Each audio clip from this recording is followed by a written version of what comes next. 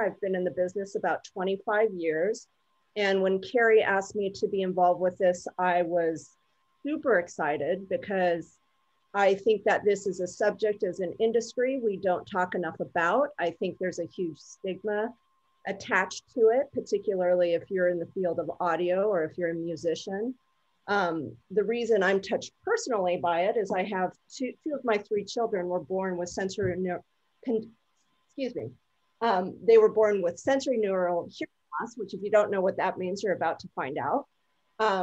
And so I've spent the better part of the last 15 years just immersing myself, learning everything I can about pediatric hearing loss, advocacy, special ed law. And as a result of it, it really heightened my sensitivity and awareness about working in a high risk environment, not only as individuals subjecting ourselves to a high risk environment, but also what that means to the patrons that come to see our shows. So I think this is an important first step, and also it's Better Hearing and Speech Month, so it's a fabulous way to celebrate that. But this is a great first step in terms of starting a conversation, having a conversation, destigmatizing. Hopefully at the end of today, not only will you leave with a greater awareness and understanding about hearing loss, but also some sense of hope that this is not a career ender. It's not something to be ashamed of, and there shouldn't be any stigma or taboo attached to it. But part of minimizing that is to be able to talk about it and feel free to talk about it and not be worried about talking about it. So we got a ton of really great questions from everyone. Oh, before I get any further, I'm sorry. If you want to turn on your captions in Zoom, you can go down to the live transcript and select the captions. It's the automated captions in Zoom. We have three incredible panelists. We have an audiologist and two people that have hearing loss themselves, one a musician and one an engineer. And so without further ado, I'd like to introduce, let's start with you, Julie. Hi, everybody.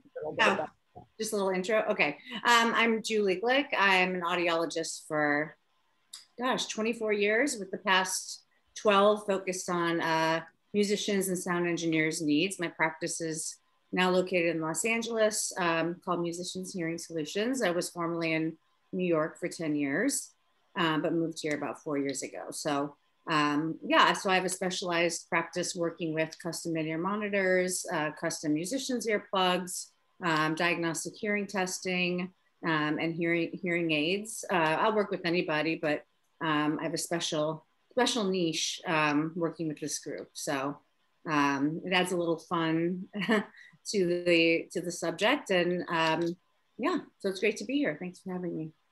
Cool. Scott, you want to go next? My name is Scott Simons. I'm a musician. I've lived my whole life with a hearing loss, and I am part of the music team on America's Got Talent. I play piano for the show. This is my 9th year, I think, that we're working on now. I sing the theme song for Paw Patrol, and I'm a songwriter and just like freelance musician living in Los Angeles. So and I got here because I was getting fitted for some earplugs. I got recommended to Julie as an audiologist, and luckily I found her because then I was able to purchase some great new hearing aids that changed my whole situation last summer. So that's my spiel. Cool. Swan? That's you. Hi there, my name is Swan Barrett. I'm a front of house engineer and tour manager. I've been doing that for about 15 years. I live in Vancouver, BC, and I was a technical director in a few venues here in town, and been touring across North America and Europe for the past 10 years. And I started having hearing loss. Mostly I really noticed it in the past 5 years, and I was fitted with hearing aids 5 years ago now. And they really, allow me to keep doing my job. So I'm excited to talk about that. I just really want to commend both Scott and Swan for being willing to do this, because I think a lot of people are less comfortable being open about their hearing loss for fear of it, affecting either their employability or the perception of their ability to do their job. And I think there are many, many other people like Scott and Swan out there that maybe are less comfortable talking about it. And hopefully, thanks to people like you being brave enough to share your stories, that will inspire other people to do the same. So I want to jump straight in. We've got a lot of ground to cover, especially with all the great questions that we got. I'm going to break the webinar into 4 sections.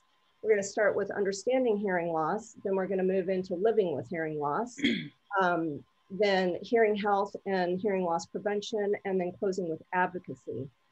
Julie's probably going to do a lot of the heavy lifting in this first section.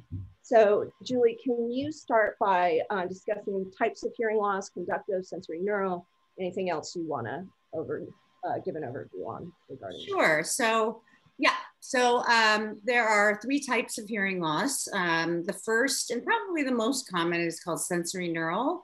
So sensory is your cochlea, your sensory organ of hearing, and neural is your hearing nerve. So this is when hearing loss is affected by the hair cells and or the hearing nerve of your inner ear.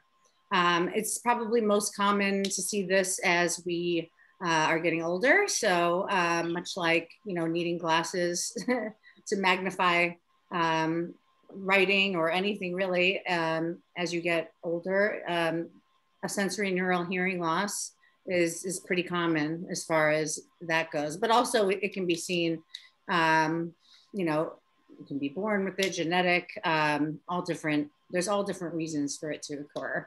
The next type is conductive. So that involves the mechanical portion of your hearing. So either and or your eardrum. So your eardrum is what is responsible for amplifying the sound that's brought into it through the ear canal.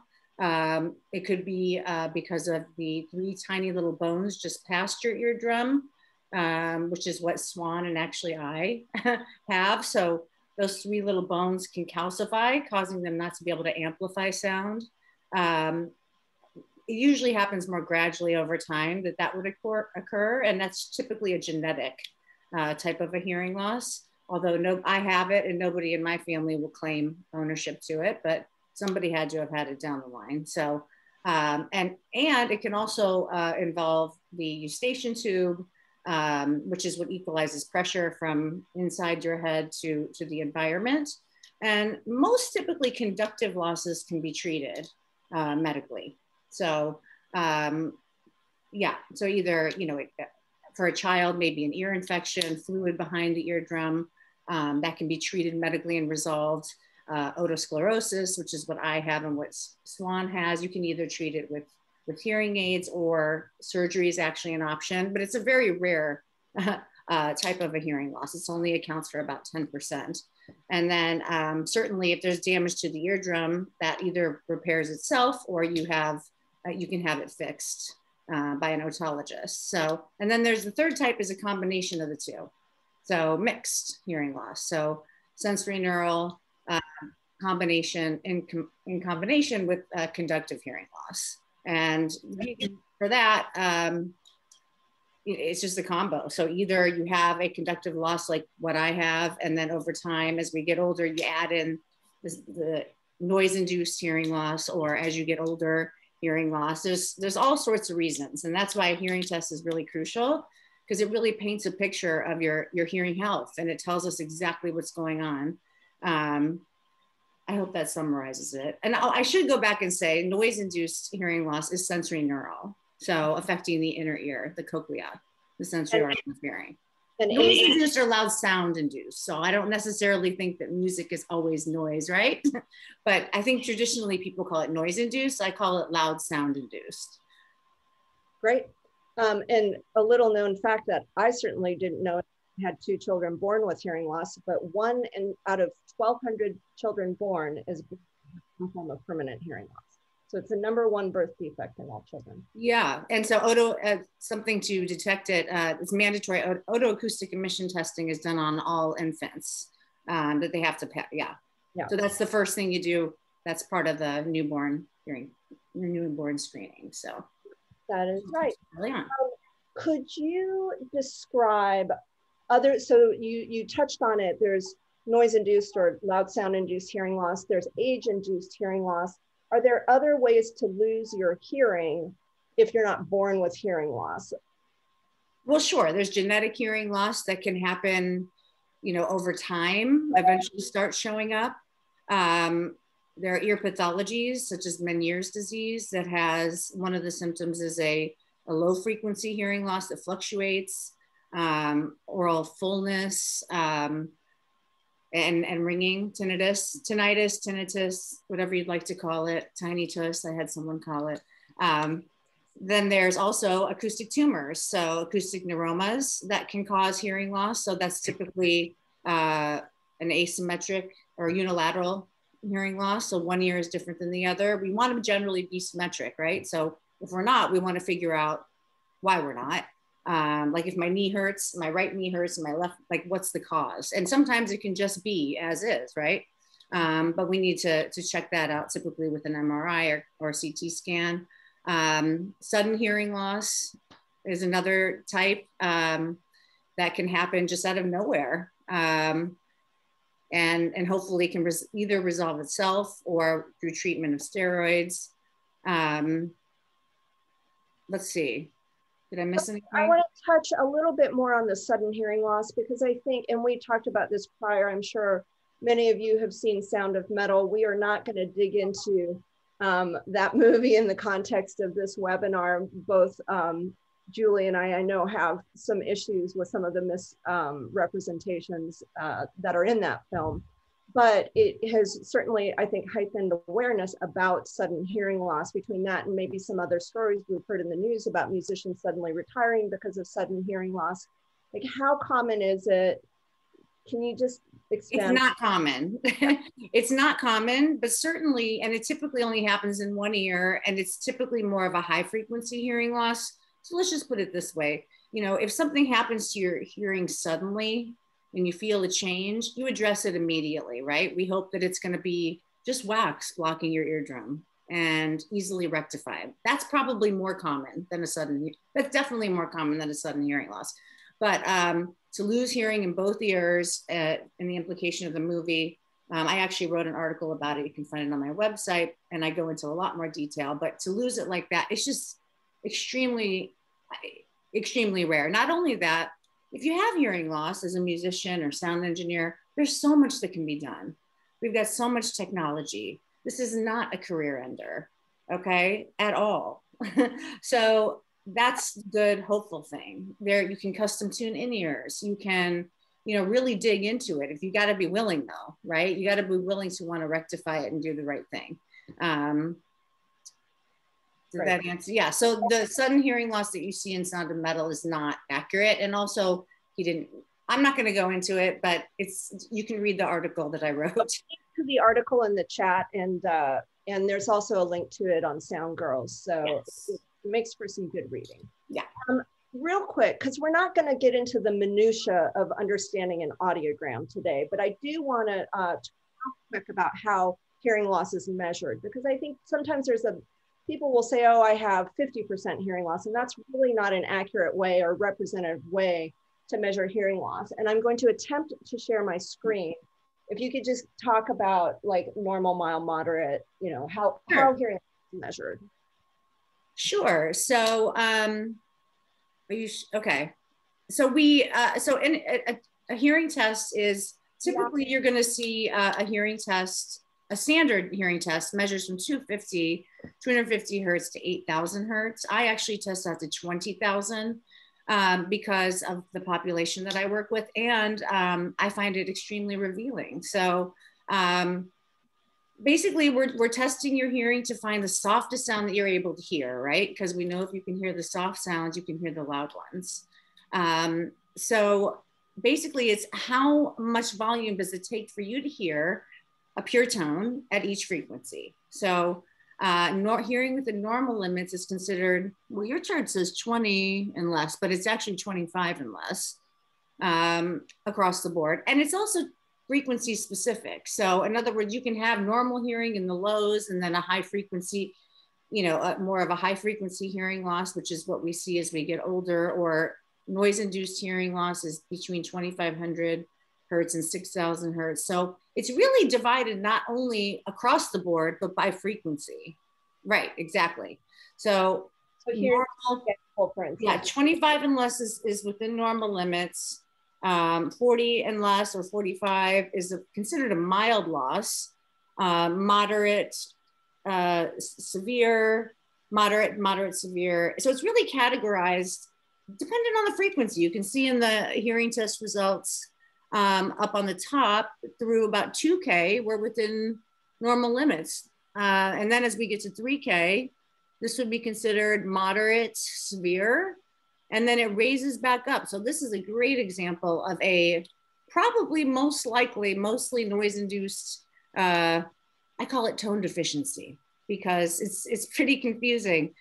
Someone who with this type of hearing loss is gonna, for the most part, hear okay. It's just the clarity is gonna be an issue. So it's really sneaky because the hearing was normal through 2K, right?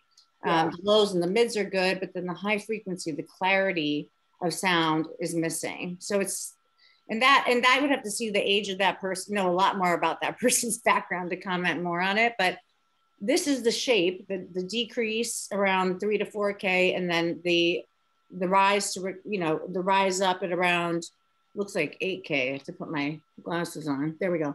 Yeah. So that looks like a noise induced, or it could be a combination.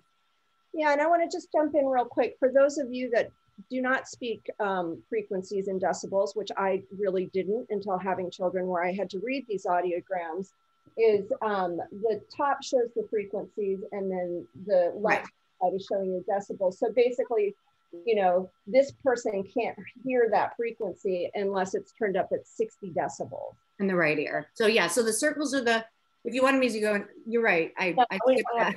All that. Yeah, the circles are and traditionally the circles are the red circles are right, and the blue, well, for mine are blue X's are left. So, but and I like this one too, because something you're going to hear a lot about, especially if you go to the audiologist, is speech sounds. This is also very important for children developing language.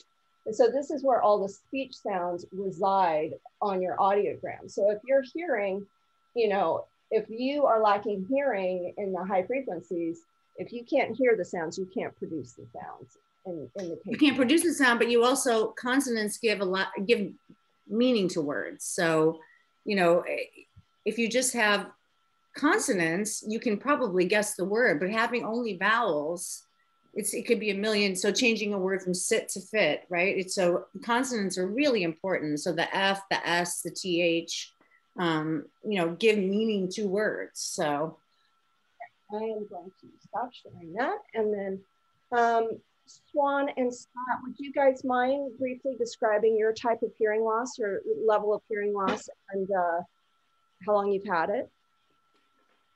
Yeah, for sure. Actually, I have my my audiogram ready. I can share that on my screen if you guys want to see that. Actually, I don't really know how that works. Share screen here. So this is my audiogram. So as Julie said, I have otosclerosis, which is a genetic condition. So what I have is mostly conductive hearing loss. So the tiny bones that amplify the sound calcify, and so they don't move, and they can't amplify the sound as well. So I have moderate to severe hearing loss. You can see on my screen.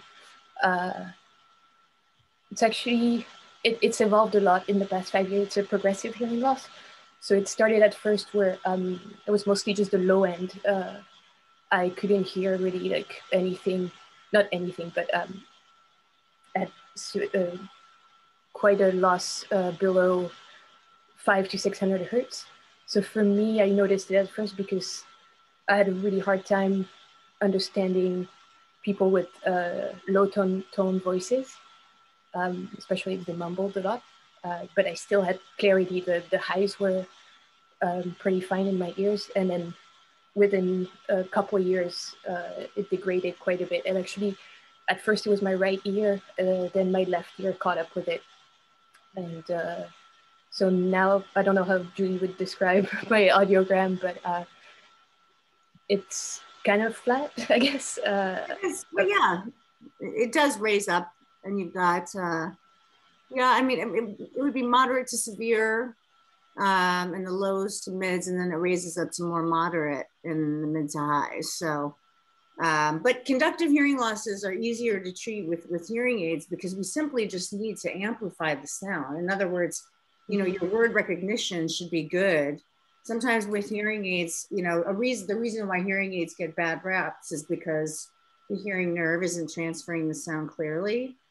With a mechanical issue with your hearing, if you just make it louder, it's just going to be better, right? It's not a matter of you know, a distortion with the hearing nerve. Does that make sense? I hope it makes sense. So yeah, with the conductive hearing loss, it's a lot easier. People are most successful with hearing aids because of that, because it's just turn them all up and it's going to sound good.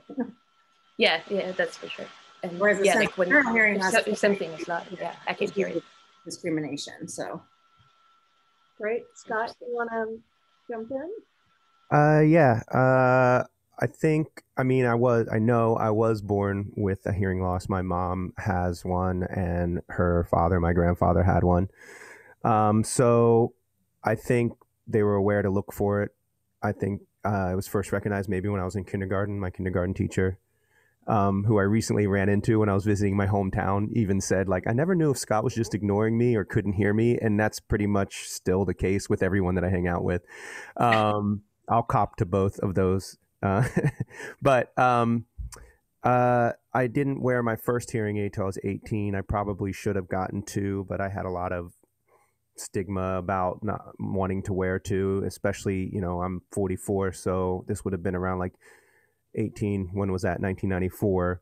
I don't know what the technology was at the time, if there wasn't completely in the canal, but I would have had to wear something noticeable, and I just wasn't ready. And I did get one. Oh yeah, I did get one that was in the canal first, and I just wore one in my right ear for 18 years until I was 36.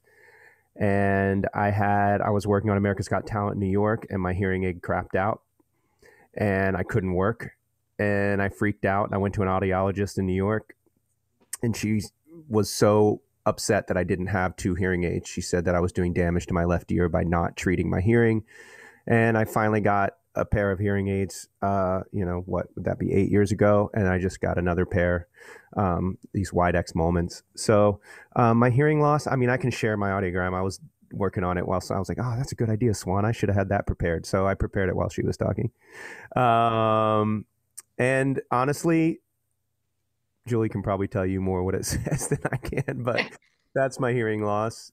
I don't know what causes, you know, Julie, do you know why my left ear could that be from not wearing a hearing aid, or is that just? No. Well, I mean, for you, we figured we did we checks and balances. So you had this CAT scan or the MRI to be sure, right? So the right ear, so your right ear, that's a little like, well, yeah, it's more flat, right? So moderate in the lows and the low frequencies to the mids. And then the left ear's got a more severe hearing loss in the high frequencies, but you can see the A's at the top, that's aided results. So with the hearing instruments on, Scott does great, right? So that's just the testing in the booth with the aids on. So we're up in the normal limits. I think we do better. We did make an adjustment to the highs, didn't we, after that? Yeah. To do better, and then we have to retest it still. So and I think like in like real world, like tangible, like what does it sound like? It just sounds like I have my hands over my ears generally. I mean, like if I'm sitting in my apartment, I live right next to Santa Monica Boulevard, which is really loud, so it's kind of a perk. I can just take out my hearing aids and I really don't hear what's going on outside. I live right across the street from a firehouse, so I do hear that.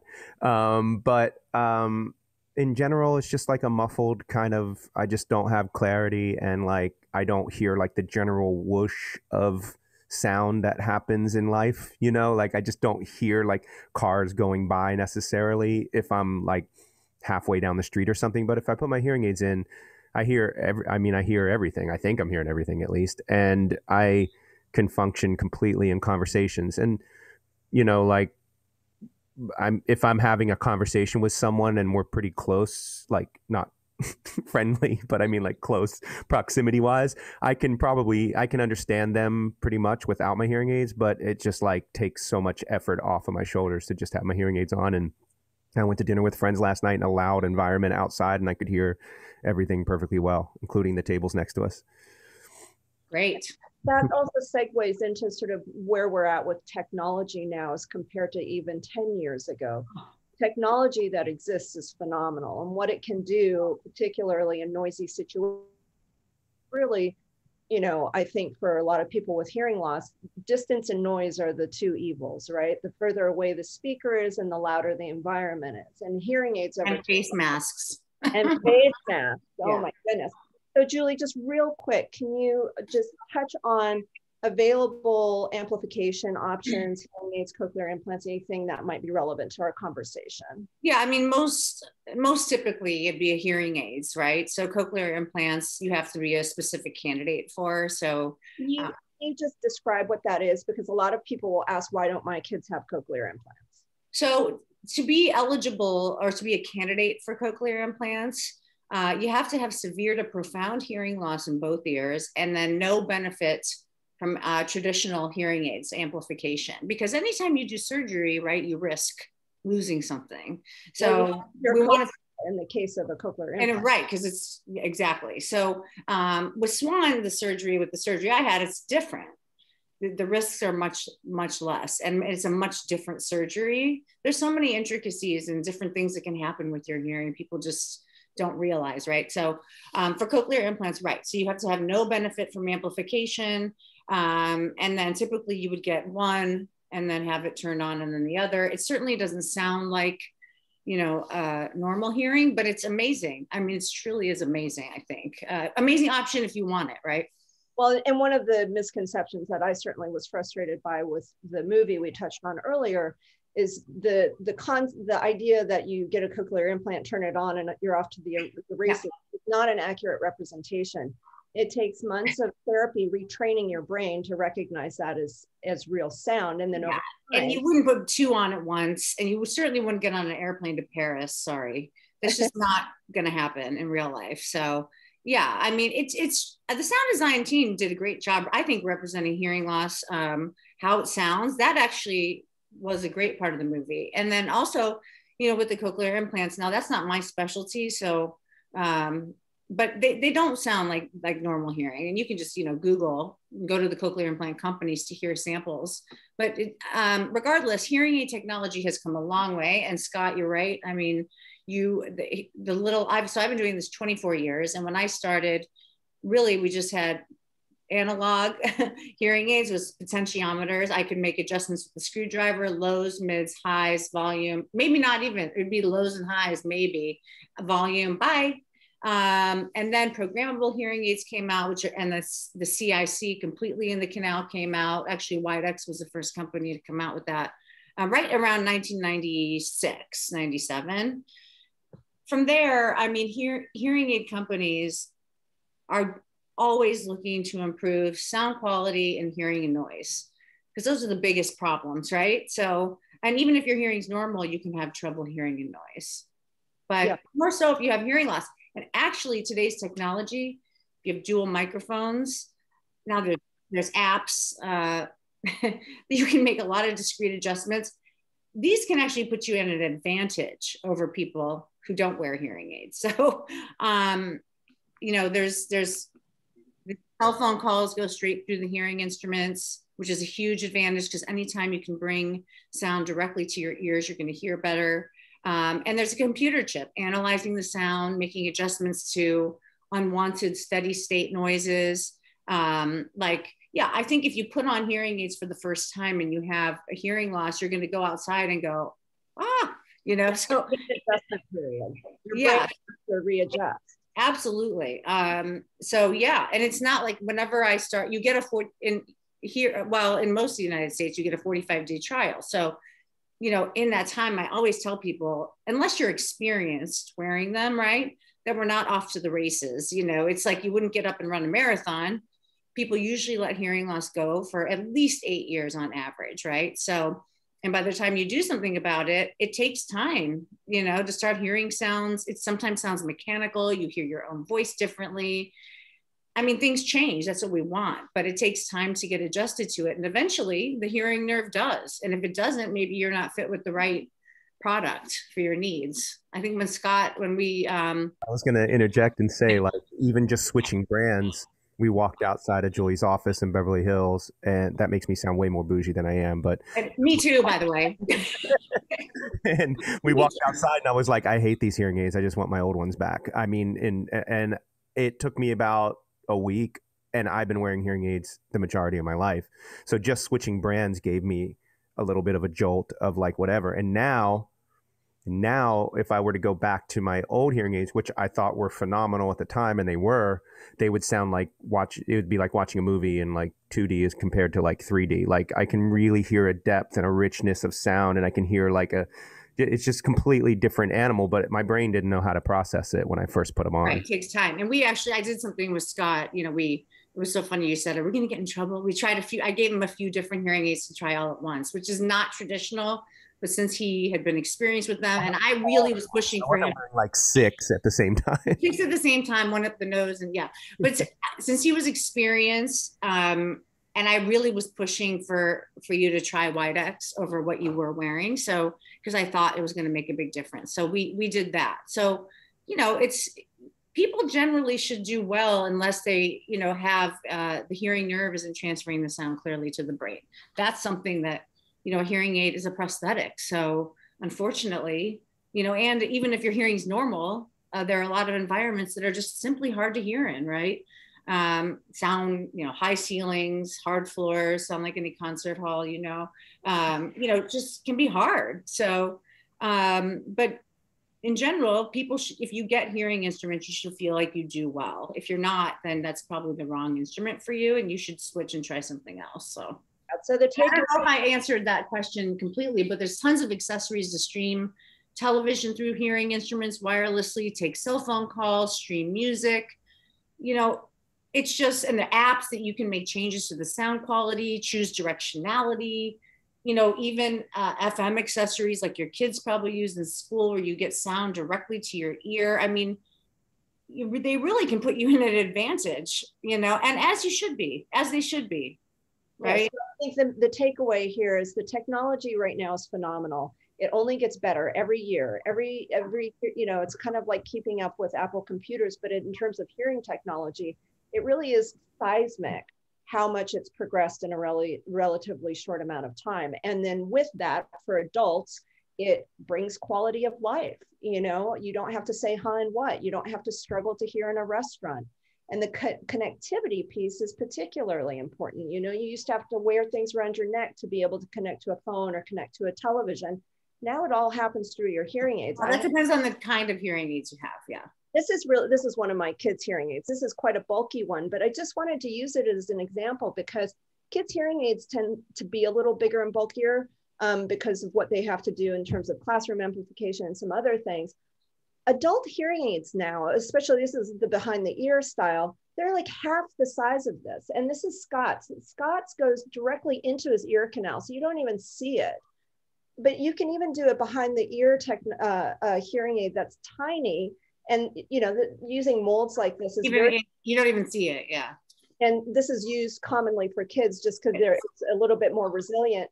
Swan, do you mind showing your hearing aid? It has what's called a receiver in ear, which is, it's almost like a little fishing line. This is the style my older son wears. You can't even see it. They're tiny. No, you can't really see it. And yeah, but what you were saying about the technology just changing really rapidly. For me, this is my 3rd pair of hearing aids within 5 years. I was on the DCM program where I got a new model. And I was completely blown away with the difference between my first and my second and my third. Like the quality I have now, like I could not have imagined it just even, 4 years ago. And the connectivity, like right now I'm streaming the audio from my laptop straight to my hearing aid with, you know, little streaming thing. And yeah, I hooked up my record player straight to my hearing aids, which has been really nice to do, you know, and like everything on my phone just yeah, that makes a big difference in being able to change settings in different environments, having different programs. Like I had my audiologist make me a program specifically for concerts, so I could, have the proper settings when I was at work. Right. It makes it. You can have a soft sound setting, a loud sound setting. There's so many options. I want to try to progress through a few of the. This phone never rings. Sorry. Oh gosh, sorry. Who uses landlines anymore? One thing that is very intimidating, and this is actually a question from someone attending, was hearing aids are so expensive, often thousands of dollars. You do not have to tell me.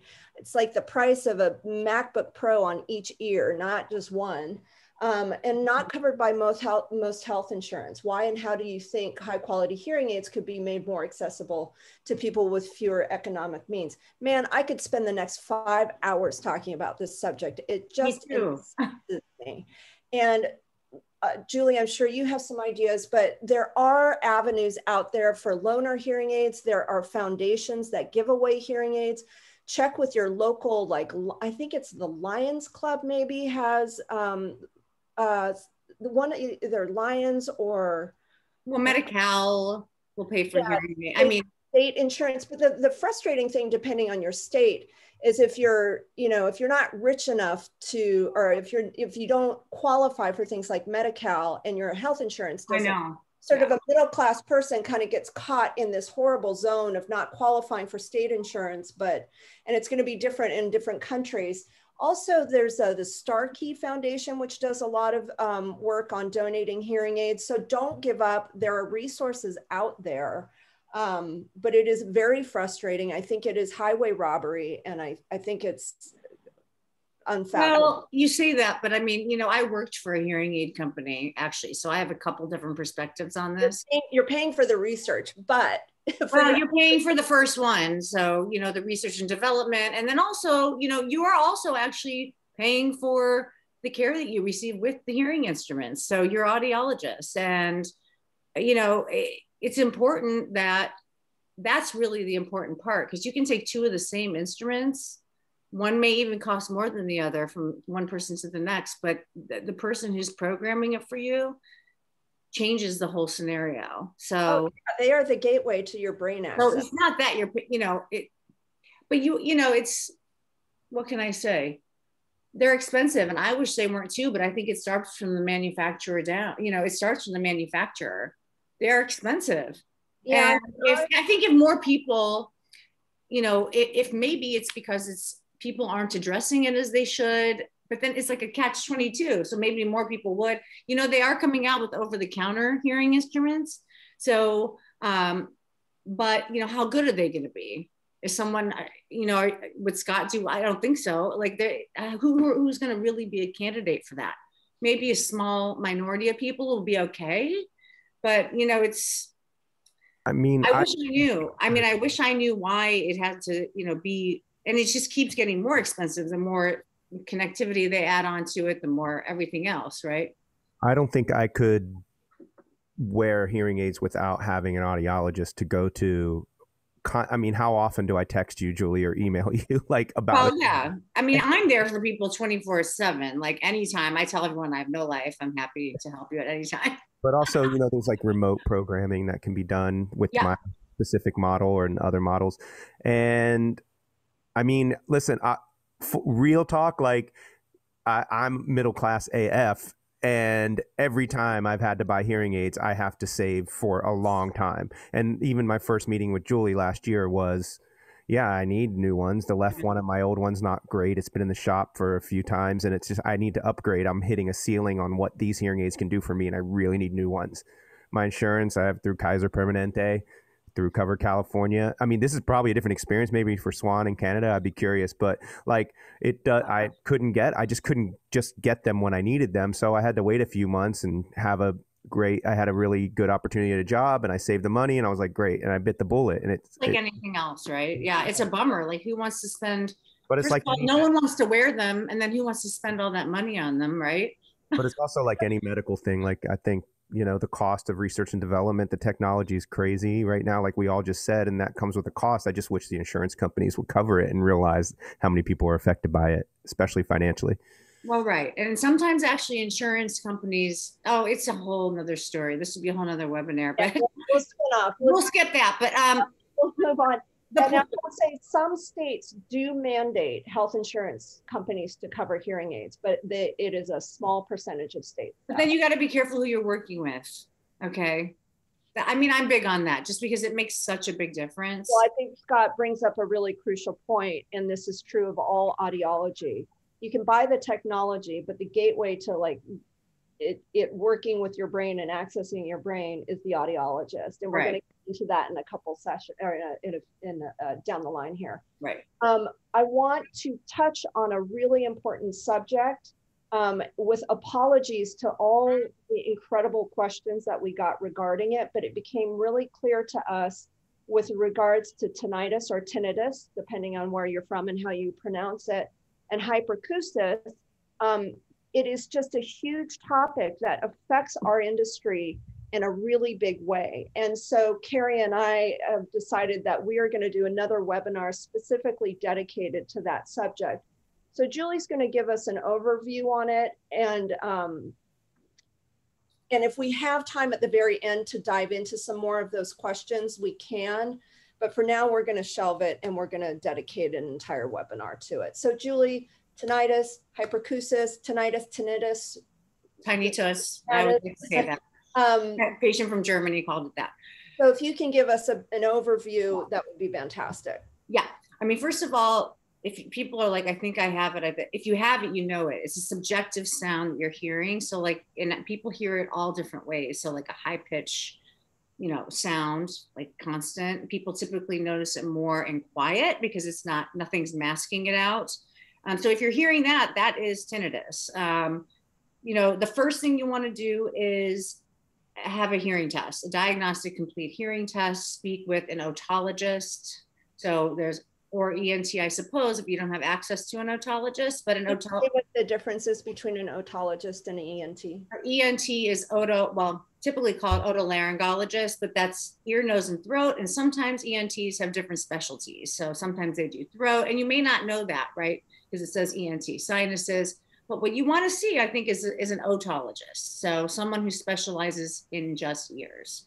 Okay, OTO is ear, and ologist, the study of. So you want to figure out, you want to rule anything out medically, right? That could be causing it. So it could be a pathology of your ear, of your hearing. It could be, you know, because of loud sound exposure. It could be, it could be caused, there's different ways of thinking of this, but some medications certainly cause or exacerbate it. I definitely think there's a link because I've experienced it myself. Anything that affects blood pressure, so caffeine, nicotine, alcohol. It's not to say that if you're having tinnitus, you should not have a drink here and there, because you don't, that would stress me out. Not to be able to have a cup of coffee for fear that something's going to get worse. It's like everything in moderation. So anyhow, salty foods. And by the way, tinnitus or tinnitus can exist with or without hearing loss. Two different things, or together. So, you know, I typically, once we've resolved all the reasons why it could be happening and try to rectify them, you know, if it's loud sound exposure that is exacerbating it, I always recommend custom musicians earplugs or with in-ears, finding the right in-ear monitor for my musicians, being able to wear them at a lower level, wear both ears, get the right mix. And I can go into more detail on that. But if people have it to the point where it's really affecting their day-to-day life, and we've done everything that we can, I actually refer people to a cognitive behavioral therapist, Dr. Bruce Hubbard.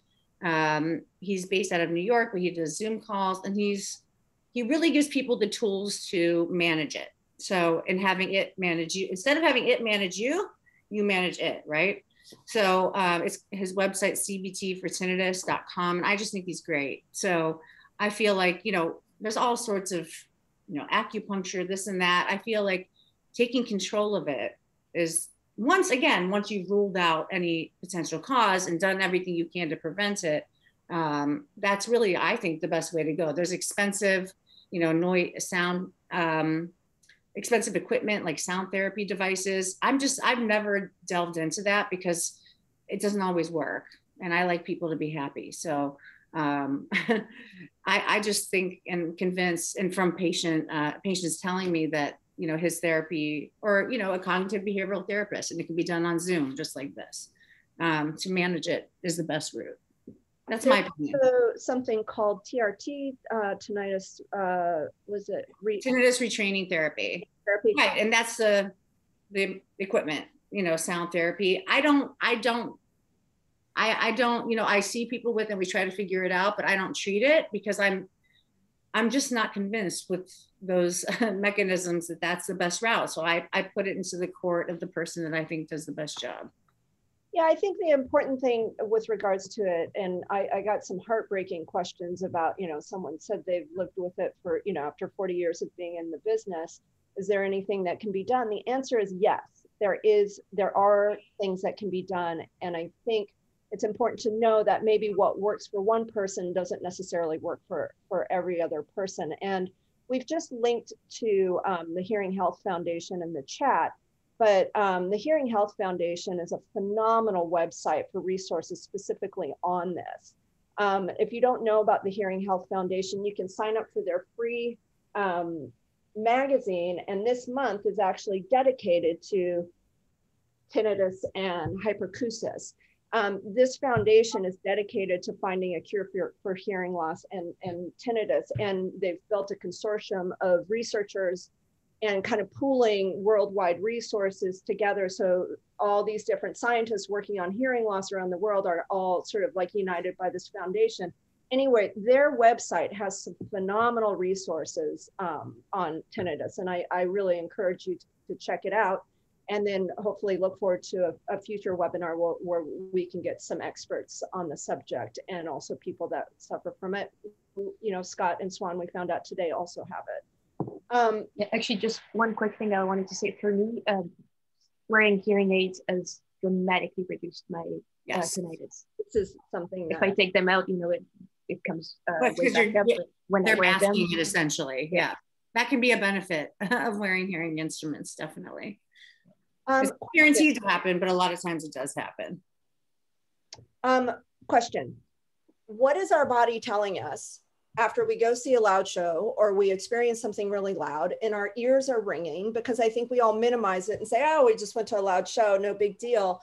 What's our body telling us? Is it a cause for concern? Is it something we ignore, or should we take that as a warning sign? Certainly you should. It's the cochlea, the hair cells, the teeny tiny millions of frequency coded hair cells, and the hearing nerve, where, if we knew exactly where it was coming from, we'd probably fix it, right? But yeah, your system's being overloaded. And same with temporary threshold shift, temporary hearing loss.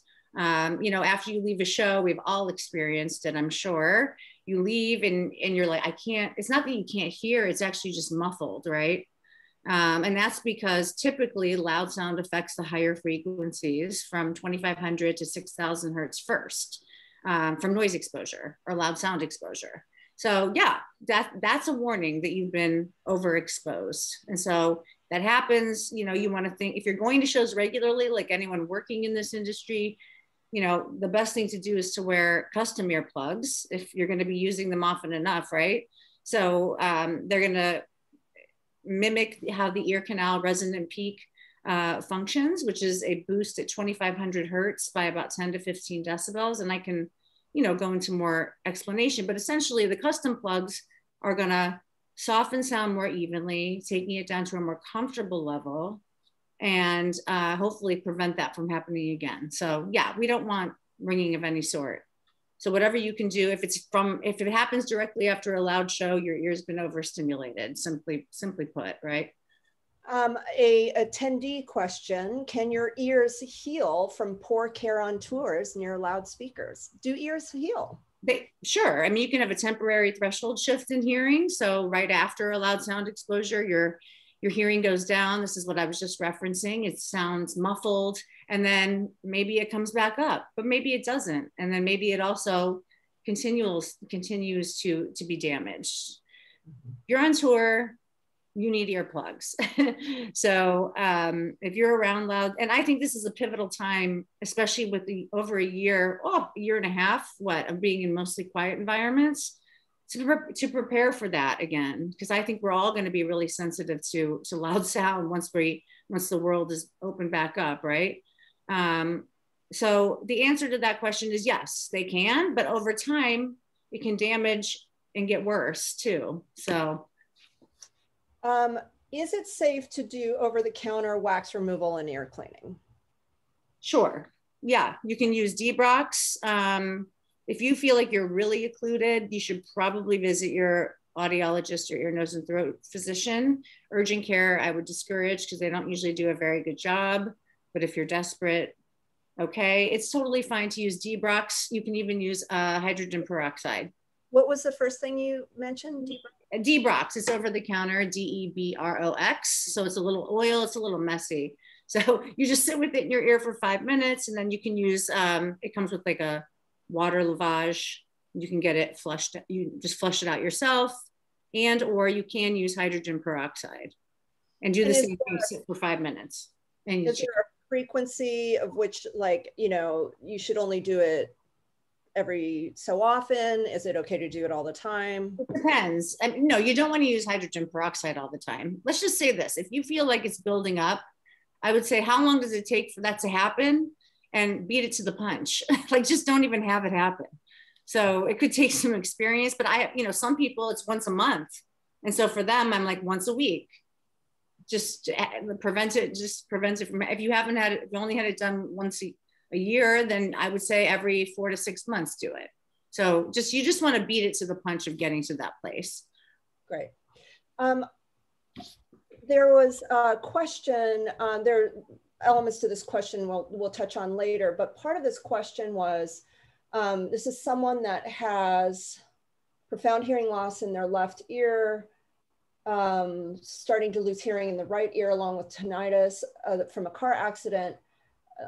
Is there a hearing aid that cancels out the buzzing sound? We'll get to, that's another subject. Someone mentioned, I recently got hearing aids and it hasn't helped with the buzzing. I'm not sure the right brand.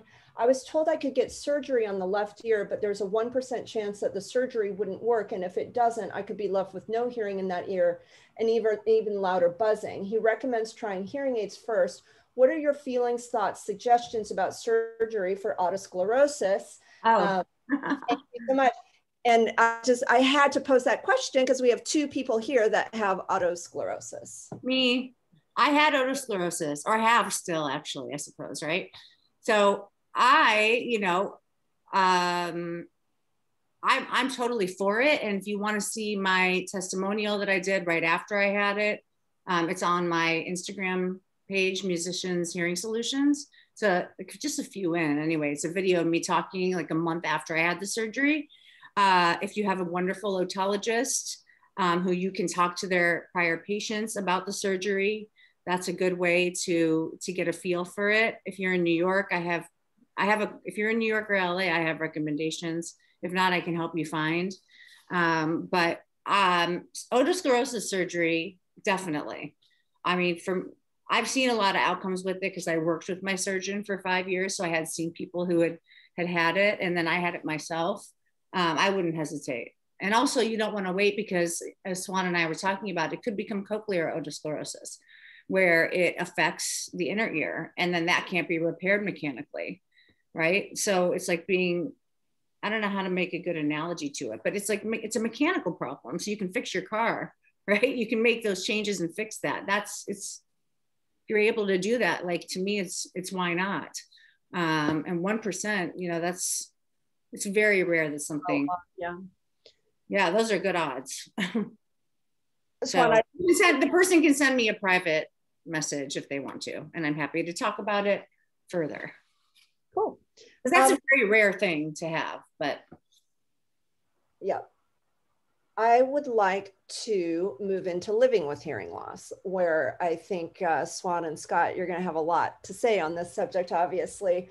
Scott, you've already sort of touched earlier on the feeling, what is it like to have hearing loss? But Swan, I'm particularly curious too to hear from you regarding that, because you, correct me if I'm wrong, you had typical hearing and you've lost your hearing. So can you just sort of talk about what that's like, knowing, you know, what it sounded like before? Well, that's, yeah.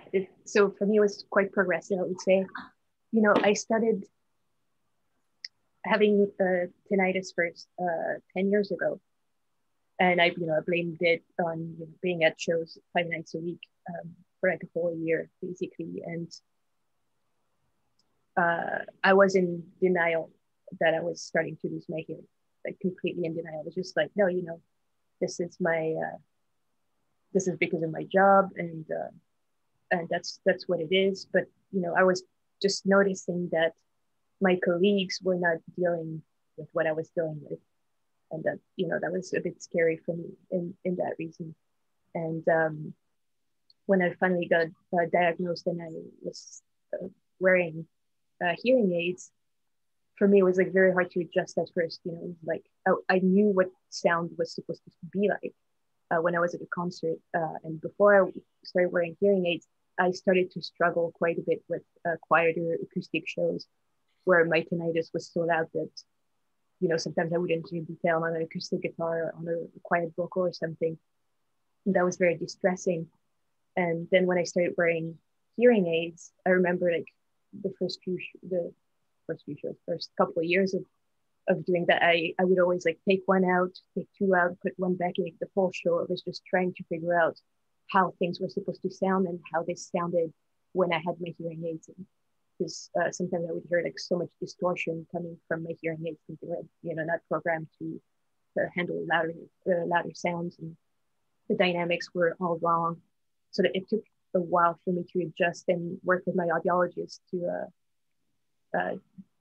come up with the correct programming. So what I was hearing was what I knew what it was supposed to sound like.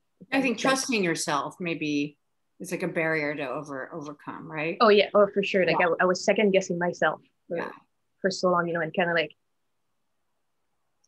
not relying on other people to tell me it sounded okay, but it was like finding that balance of, I could tell if my mix was balanced, because it's something I felt more than I actually heard, but then I was like, am I hearing what other people are hearing? Am I focusing on the things that people care about? So that was a big learning curve for me, and I think I just started being more and more confident in what my hearing aids were allowing me to do, and I think I know exactly what I'm hearing, and people seem to enjoy my mixes. So, but yeah, it was hard too because of the stigma. I didn't tell anybody that I was wearing hearing aids, so I couldn't. Right, which can be really stressful, right? It can be stressful. Mm-hmm. It can so stressful. Lead to depression. It can also, it affects your whole body, right? My self-confidence just completely plummeted at first. You're like, always wondering, are people hearing what I'm hearing? And it was very, very struggling. Swan, what made you decide to do that article and sort of go public with your hearing loss? I think like the main thing for me was to just get rid of that weight of my shoulders and come clean. That's not really, I had nothing to hide really, but it was always living with that stress of being like, oh my God, people are going to find out, they're going to second guess my mixes, they're going to not hire me or something. And obviously like when COVID started and we're all out of work, it gave me more time to think about it and about the grief surrounding my hearing loss and the acceptance of it as well. And I think what really pushed me to go public about it was I didn't know any other sound technicians who wore hearing aids at work. And I was like, I know there are people who struggle with hearing loss, musicians, sound technicians, anybody who works in our industry. And if I could just show some people that they're not alone, I think that was the main thing for me. Yeah, I think the more you talk about it, it's like people aren't afraid to, you know, put the glasses on, right? Or say, I can't see something. So it's really the same thing. It is. It really is. Yeah. Truly is. And I think the more people that understand that, the better, the better for everybody. I mean, because the long-term effects are that, you know, you don't stimulate the hearing nerve. It can lead to, you know, dementia and right. And also the consequences that you don't even realize, the frustration, the depression, anything else. So yeah, the isolation is very prevalent. It's, I fit a lot of people. So it's more prevalent than you know. You know, I was excited when Scott wanted to talk about it. And I mean, I wish more people would, so that people would be more comfortable with it, knowing that you can do a lot of things and it's not a career ender. No, it's not. Just a comment, just like I can't see, I have to put the contacts in and out the glasses on to see better. So that's what you do, right? It's just simple. That's it. Yeah. Totally. What's the reaction been since that article came out? What kind of feedback have you gotten from people? It was pretty incredible. I got so much support from local musicians that I work with. And I received lots of messages from sound technicians and musicians from all over the world. They contacted me directly, just share their story with me, and, you know, ask for advice. And of course, I don't have much advice to give from my own perspective and experience. But that, you know, it justified, you know, my choice of writing that article. Is seeing the response that I got from it.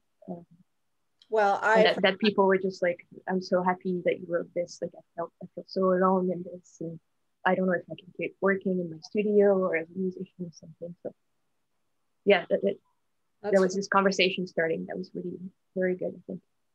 Well, I for one, and I think everyone here would thank you for doing it, because you're not alone, and it takes people like you being brave enough to talk about it, like you and Scott, and hopefully other people will feel more comfortable to have the conversation, because we can all learn from each other. You know, what works for Scott might not work for Swan, and vice versa. And so learning not only about the technology that's available that can be used in our industry, but also how, and we're going to get into this in a little bit, but how do you support the musicians that you're working with effectively who may or may not, who may have hearing loss?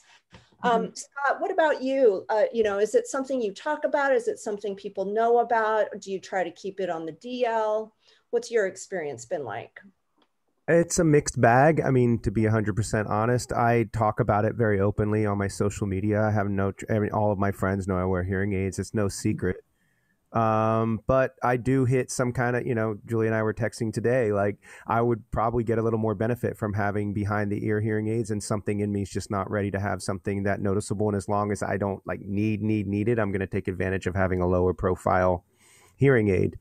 And I don't know what that hang up is, but in general, talking about my hearing loss and explaining it to people has been like, I mean, first of all, so many people will reply to me like, oh, my mom or my dad like definitely needs a hearing aid and they will not get one, or my brother needs, you know, whatever. So helping people talk to family members about hearing loss. And it has been one byproduct of me talking about it openly. And I think, and one thing I wanted to say earlier is like, it's crazy how fast the technology is moving, but people's perceptions and the stigma of wearing a hearing aid is still the same as it's been for 40 years. It's like people think that I don't know what people think a hearing aid is, you know. It's like the technology is insane. And I was even laughing this week. A friend of mine was just walking around with AirPods in her ears like 24/7. I was like, but a hearing aid, a lot of them are smaller or less noticeable than an AirPod, and you have no trouble walking around with those hanging out of your ears all day. So it's like, it's interesting like how the stigma, and people have some hurdles to get over, including myself, and I've lived with it my whole life. I can't imagine going through what Swan went through, because I mean, like, I have my own emotional issues with my hearing loss, but having a sudden loss or a gradual loss over a short amount of time, like I can't imagine, because I was just born, like, I don't know, I've never heard it differently. I have witnessed like changes in my hearing which give me anxiety and freak me out. And I mean, my greatest fear ever is like that I'm going to be without hearing someday, because my hearing has I'm not going to be, but my hearing has changed. And especially playing live music when I was in bands and standing next to the crash cymbal or next to the electric guitar, I've definitely further damaged my hearing. And being in the studio, I've jacked up my headphones too loud at times. And it's just, you know, I've definitely damaged my hearing in addition to what I was born with. But as far as like, yeah, I mean, living with it, you know, and people around me, like, I don't know. I don't have a problem like talking about it. And you know, if anyone wants to message me directly that's watching, or feel free, I'd be happy to talk about it. If there's like something specific about playing and singing, you know, my biggest hurdle in my job is not playing, because often I'll take my hearing aids out and put in in-ear monitors and they're amazing. But my biggest hurdle in my job is when I'm in a big rehearsal space and the singer is in a microphone, I can hear them, but then the people next to the singer are saying, hey, let's try that in F sharp. And I have no idea what they said because they're so far away, even when I'm wearing my hearing aids. Then I can jack my hearing aids up, but then everything is so loud. So that's my biggest hurdle, even with technology, even though the new hearing aids are better at that. But that's like my daily kind of thing. Distance and noise. Distance and noise. Root of all evil. Yeah, I appreciate that. Do I have a solution for that though, Scott? I have a solution. Okay. I mean, should I just mention it? I'm just going to mention it. Sensophonics and ASI, the 3D Me in-ear monitor, ear level active microphones. You control the volume. You create the sound quality, each ear individually. Wow. You can demo it in my office. So that, and then you can piggyback into a mix, and then you can go full ambient. Oh yeah, I think I wanted you to try it. So Swan, I'll tell anyone about it too, but it's super cool. It's like an electronic earplug, so you can dial down the ambient mics, right? Wow. All the way off, or there's an app for it. There's an app for it too. ASI audio, and then again piggyback into a mix, so you have the room and the mix. Oh, yeah, that's what I was going to tell you about. That's wild. Right. We can talk more about product recommendations. That's probably a whole nother webinar, but yeah. something you should try. You can take it home for the weekend or however long. Okay. So piggyback off of one thing Swan said real quick when she said, you know, trusting yourself and what you hear. I mean, I've kind of learned what things sound like with my hearing. So I don't, you know, I may not hear the hi-hat in my mix as much as I want to hear it, unless I like jack my headphones up, which I don't want to do, but I kind of know where it's supposed to go based on my hearing. So I don't know really how to explain that to someone that doesn't work in music or that kind of like audio world, but it's just, I don't know. I kind of know. I mean, I if I'm producing or songwriting, I put it on my iPhone speaker. I hold it right at my ear. I'm like, that kick drum doesn't sound right, but I just know what it does sound right with my hearing. And then I'll put it on my headphones. I'll put it on my AirPods. I'll go in my car with my hearing aids out, with my hearing aids in. It's just like, I kind of have a sense of what it should feel like. And also a lot of it is like subjective. So like, what I do might end up being a good thing that someone else might not have done that has normal hearing, you know, because the way I don't know what the byproduct of my disability is actually. It might be a plus. I know when I'm writing lyrics, I could mishear someone and then all of a sudden I have a better lyric idea because I misheard what they just said, you know, so that helps a lot too. So we were talking before we went live with Scott and Swan, and Scott, you were saying a lot of times you'll take your hearing aids in and out depending on the task, whereas Swan, your hearing loss has progressed to the point where you really don't have that option. So do you both work in your hearing aids? Are there limitations when you do have your aids in that you thought, God, if I didn't have these? It sounds like Julie has some incredible there's technology out there maybe, but if you could comment on that. Let me just say something too. I mean, Swan's a front of house engineer, right? So good point. Yeah, she's going to do, but so for Scott, he's a musician. So hearing the intricacies through really good quality headphones are always going to trump, and I hate to say that word, but are always going to be better than the hearing aids with music. Okay, now, sorry, back to you. But Scott, explaining when you're using them and when you're not, you're picking and choosing. Yeah, I pick and choose. I mean, you know, if this year's been different, you know, I don't know. This year's been different because I'm sitting in my apartment a lot. So if I'm in my apartment, you know, I use them to watch TV. I put my Apple TV right to my hearing aids a lot. I use them to listen to podcasts, and I can walk around my apartment and leave my phone in the other room, and I'm just in my hearing aids. So I'm sure, you know, I live alone. So if I live with someone, they probably think I was nuts. But I mean, it worked great for me. For work, I tend to just and Julia, like, correct me if I'm wrong, but like, because my hearing aids, like, they're attenuated, right? I mean, they're adjusting what I'm hearing, right? They're not like flat hearing. Like, I feel like these are flat. Like, I know what things sound like in this headphone, but if I put my hearing aids on, I don't necessarily like to mix or work or produce in my hearing aids. I'm just hearing, maybe I'm just not used to hearing it. You know, I'm just hearing too much. I don't know. I just know what things sound like in headphones. So I choose to work in headphones. I'm not wearing my hearing aids now for this thing because I can hear clearly with my headphones on. Yeah. It's, first of all, whatever you're comfortable with is fine. But no, your hearing aids aren't attenuating. That would be an earplug. I mean, your hearing aids are amplifying. So, but also, you know, we can get in and I mean, look, if you're doing great, then why fix it if it's not broken? Right. You're not having any problems. And if you're comfortable that way, but if you wanted to, you can actually, you know, go in and design a music program and that remote. So there's remote programming. So you can be in Paris and I can be here, and we can do remote programming in your environment through the hearing instruments, through the computer, to get it exactly right. And I've done that with people, studio engineers, you know, making these tweaks and changes so that they can use it. As long as you're not wearing the headphones too loud, I'm okay with it. Because that would be my only concern, is that, you know, you not only have to think about how you're hearing it, but also how loud you're hearing it and for how long, because we don't want to do further damage. Right. We didn't even touch base about that yet, which is really important. But you see what I'm saying? We're going to get to that. Okay. What about you, Swan? So yeah, for me, I wear them, you know, first thing I do in the morning, I put them in and I take them out when I'm going to bed. Well, yeah, same thing. Like, this year has been very different. I've been home a lot, but I live with my partner who has hyperacusis. Pardon me. Can you explain what hyperacusis is real quick? So for her, like, every sound, every noise is extremely loud and painful. And for me, I can't hear anything. I can't hear you all, ironically. I'm not sure if there's a delay. So yeah, my partner suffers from hyperacusis, so we have to be in a quiet environment all the time, so she doesn't get pain from noises and stuff. So our communication, you know, is a bit difficult, because if she talks quietly because she can't talk loud, because otherwise it's too loud for her, then I can't hear her. So I'm often adjusting my hearing aids, you know, when we're trying to communicate. But when I was at work, when I was still working,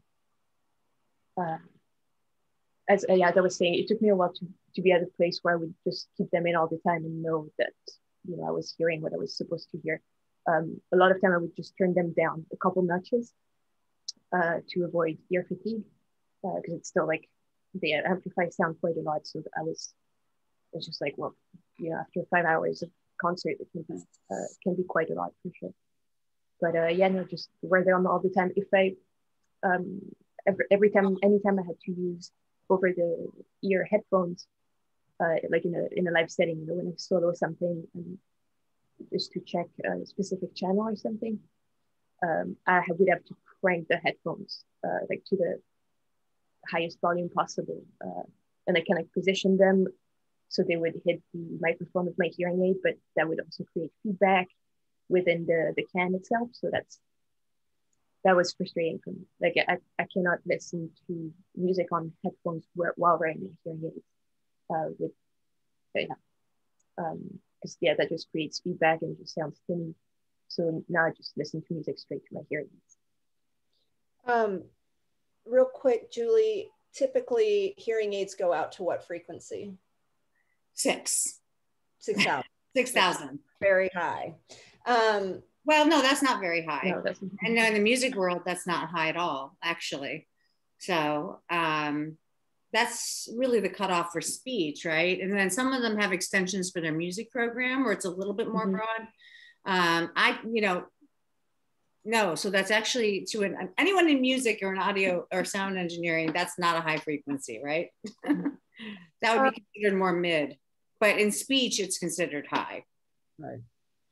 Right? Am I right, guys? Yeah. Scott and Swan, Swan, I know this is all relatively recent for you, but in your opinion, do you feel like your hearing loss has cost you any job opportunities? No.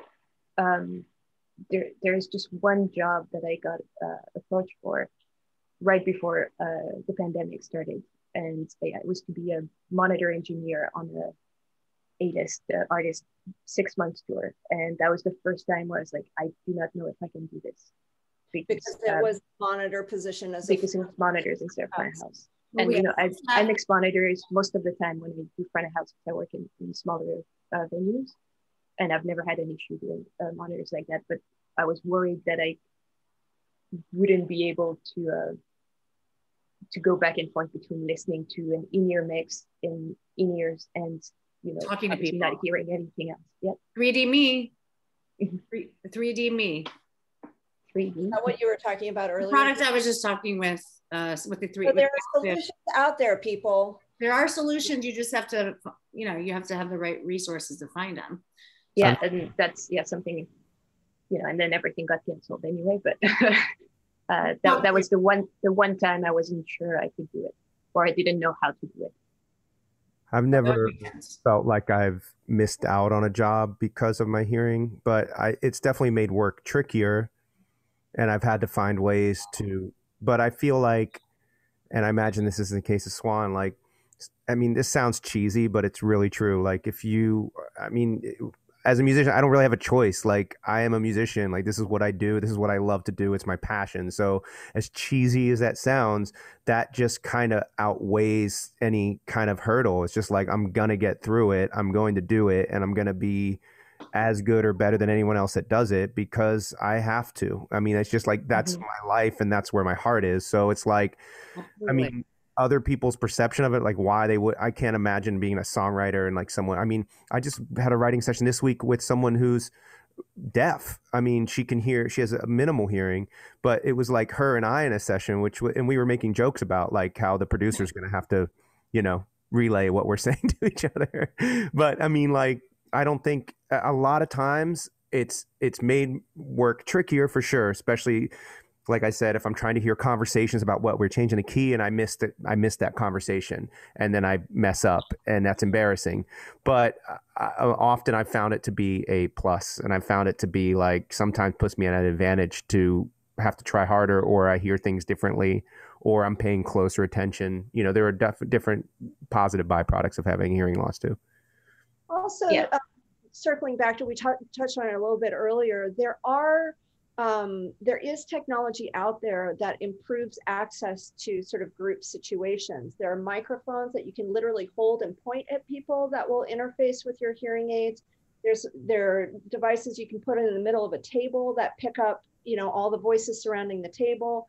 You can turn your iPhone into or your phone into a microphone also. Yeah, so there's, and I just hope that, like, you know, like, this webinar, you know, plants the seedlings of building a community so that we can share these kinds of resources, so that when people are trying to figure this out for themselves, we can pool, you know, the greater knowledge as a community, because it's such a niche market with such specific needs, which is what makes Julie so special. Because when we get into this next section about, you know, audiologists, how do you find a good audiologist? They're not all created equal. And so in terms of understanding our unique specific needs. I have one question. I don't want to dive too heavy into this, but someone said, does anyone have any thoughts on a path to pivoting from sound work to hearing healthcare careers? Julie, do you have any insights on that? You can text me, they can message me privately, but it's just such a different animal. What I do, my practice, I actually get contacted a lot by audiologists, and they want to have this music niche. And I was like, well, the thing is I didn't plan it. It kind of happened naturally. for me. And it's not like you can they're not going to just let any audiologist work within your monitors, right? So it's not really a viable. I mean, look, anything can happen. I'm not saying, it's just that I would say you should make sure you really like audiology as it is, and understand it, and maybe shadow people if you can do that. Yeah, but if the person wants to message me, I'm happy to explain it more. Great. Or anyone, yeah. I want to move on to hearing health and hearing loss prevention. Let's start by Julie talking about in-ear monitors and the ability to tune towards a individual hearing loss if you are a monitor engineer potentially, or an artist. If you want to start that. Yeah, well, I mean, the whole point of custom in-ear monitors is, they were maybe I'll start with that. So, to replace the wedges on stage so that people could hear more precisely, or even just hear what they needed to hear to perform live, right? Without competing with outside noise. You can still wear in-ear monitors too loud and cause hearing loss. So people need to know that just because you're wearing them, they are not hearing protective devices at all, unless you use them properly. They set you up to do that, but you're ultimately in control of the volume. If you do have any issues with your hearing, so JH Audio will actually tune monitors to hearing test results. So that from the get-go, you're not having to accommodate with your console mix or your volume. It's already there, right, from the beginning. The amplification of whatever frequency you need. So, you have to think about, even if you have hearing loss already, you want to conserve it, right? So, and the way to do that is to monitor your volume levels. It's all about how loud and how long. So anything you can do to keep the volume level at a comfortable lower pace with the right mix, comfortable lower level, did I say pace? With the right mix coupled together is better for the long haul. Also, that Sensophonics 3D Me product that I was speaking of with the active ear level microphones, it actually has DSP. So it allows you to actually tune the sound quality of the monitors as well as the ambient to your needs. So that's a way you can act. And I think probably what we're going to see is companies moving into that more and more, but it's not quite there. But that Sensophonics product does have that. And it's right now it's just, universal fit. So you can get a custom sleeve for it, but that will help you to hear. For a musician, it helps them to, again, hopefully be able to wear the volume levels lower and not ask for more highs, right? So the monitor engineer isn't having to push the console mix more than they want to. It starts you at a good place if you have the right in-ear monitors, the right seal, and the right sound quality to your needs. Every company sounds different. Being able to demo them and having the actual artist demo them is key. I mean, that's from my perspective, because I work with, a lot of the top companies, and we demo to find the right product. If you as a musician or a sound engineer, you feel good about that choice, not just by what someone else tells you, I think that sets you up for success, because it's a really important tool for the show. Someone in the chat, Sound Girl, said Stealth Sonics does this as well. I don't know if that means. I think Carrie told me that. I didn't know that. I'm hearing a swishing. Anyone else? Okay. Okay, Stealth Sonics does that too. I didn't know that, but I don't have their, I'm not a dealer. I'm like a doctor dealer for their products, but good. That's good to know. I think it's great. I wish they all did that, but we need more technology. Like I said, I think DSP implemented into the in-ears is probably the way of the future, right? So you can turn one set of earphone monitors into more warm, yourself. You can make those changes yourself. And you do that with an app, or? Yeah, well, with the Sensophonics you can. But I'm saying I think more companies will move into that as we progress. I've heard talk of it, so we're just waiting for it. But for now, Sensophonics with the app, and then JH Audio and Stealthsonics will take your hearing test results and attune the monitors, the custom monitors, to them. That's cool. got a lot of questions about earplugs. So I want you to touch on the difference between an over-the-counter pair of earplugs versus custom. Maybe not everyone can afford custom. Maybe you're a lighting person that just doesn't want to spend money on a custom set of plugs. I got on Wirecutter recently to read up on, like, you know, over-the-counter earplugs, and there were some really great recommendations. So Julie, if you can just touch on the difference, the benefits of custom versus over-the-counter, and what are some of the other questions? I participated in that article, actually. I don't know if you saw the Wirecutter one. Yeah, I have links to some of the recommendations. It's all on my website too, but that Wirecutter, I participated in that. It was like 2 years ago. But yeah, so over the counter, first of all, they have to fit right. Foam tends to not fit great. You have to, you know, first of all, the over the counters are going to muffle the sound. If you're a sound engineer, if you're a musician, if you're in these going to be in these loud environments, you're probably not going to like the sound quality on these over the counter, right? What happens is everybody's ear canal has a resonant peak right around 2,500 hertz, okay? So 2,500 hertz gets an extra 10 to 15 decibel boost over all the other frequencies because of how your ear canal is shaped. So when you put an over-the-counter plug into your ear, you are definitely softening sound if it fits, but you're muffling it. So typically these are rejected, right? By people who are musicians and sound engineers. I think the best over-the-counter plug, if you need that, is made by Automatic Research, the Eddy plug. It's shaped like a Christmas tree, and it's a lot easier to get in to seal and takes away about 12 decibels, right? The only thing is it's got a little stick sticking out of it, but you can really twist it in. You twist it in instead of like the foam. It's too much. It's usually, you know, if you get it in properly, it's just too much and it's too muffled. So the Eddy plugs, I think, sound the best. I've tried Eargasms. They sound pretty good too. And again, it's all about the fit. So if you have a teeny tiny ear canal and it's super windy, which you may not even know, if you can't get the fit right, then there's no point. But the reason why custom plugs are better, first of all, they're generally, I mean, for me, they're $250. And if you're going to use them a lot, then it's worth it. If you can divide that by the amount of shows and whatever else, I'm sure you can justify that. But the custom plugs are made of a soft silicone. I take impressions of your ear, and they have a filter in them that's specifically designed to recreate your ear canal resonant peak. So that boosts at 2,500 hertz, and you can either reduce by 9 decibels, 15, or 25.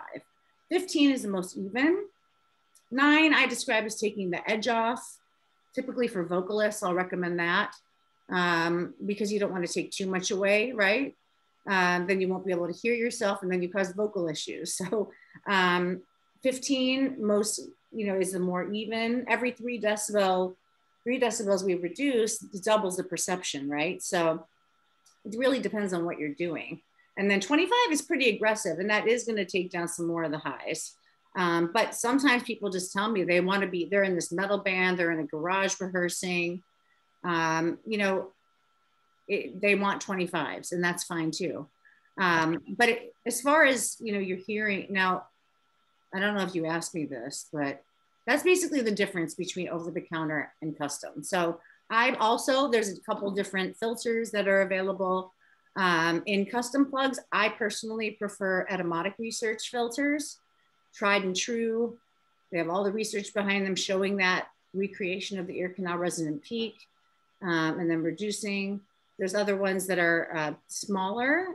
I just haven't had as much good fortune with those. So I prefer Sensophonics to make the ear plug, and then they use Automatic Research filters for the custom part. And then you can also actually get a solid filter if you just want to have an option for reducing everything. And for those people on tour, you can get custom sleeping plugs, which are great. Comfy, shutting down sound, giving you peace and quiet. Does that answer that? Yeah, and I think I'm going to try to find a way to build some links, because people are asking about links to some of the custom manufacturers as well as the over-the-counter. So Automatic Research, Eddy plug, and then sensophonics.com. If you can look on their website for audiologists.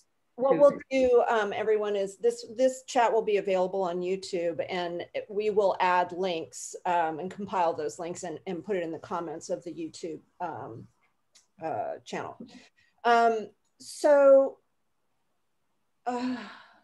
Yeah, we talked about that. Audiologists, how do you find a good audiologist? What do you look for? And what is the sort of standard battery of tests you should ask for from your audiologist? So how do you find a good audiologist? Well, I wish I knew the answer. It's hard. Well, yeah, I don't know, maybe Scott Swan can tell you, but audiologists aren't,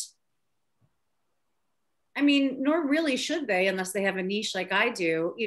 They're not sound engineers, they're not musicians, but hopefully you can find someone who has an understanding of your environments. I personally think that seeing a private practice audiologist and the owner of that private practice is the way to go, because they have a vested interest in your happiness. It's because if it's their business, it's their thing. And also experience. How long have they been doing it? Look at Google reviews, Yelp reviews, Facebook reviews, just reviews of other people's experiences with that person. And if you see all those things line up, then that could be your person. So that's my advice. Not to say that people who are in audiologists in hospitals or other environments aren't great, but I think reviews are a good way. I don't know. What do you guys think, Scott and Swan? For me, I've found my audiologist, because she was close to my doctor, and she was like, "Oh, you should go get hearing tests." And so actually, the first one I saw, I remember I didn't feel comfortable around him. Yeah, you just have to. It's like the feel, just like, oh, he's trying to push hearing aids on me, and I was just getting their hearing test done, and then actually, I picked a clinic that was owned by women. That was my choice, and I got lucky. Like, my audiologist, that we developed a very good relationship, and she understood what I was doing. She went to concerts a lot as well, and we kind of spoke the same language too. Right.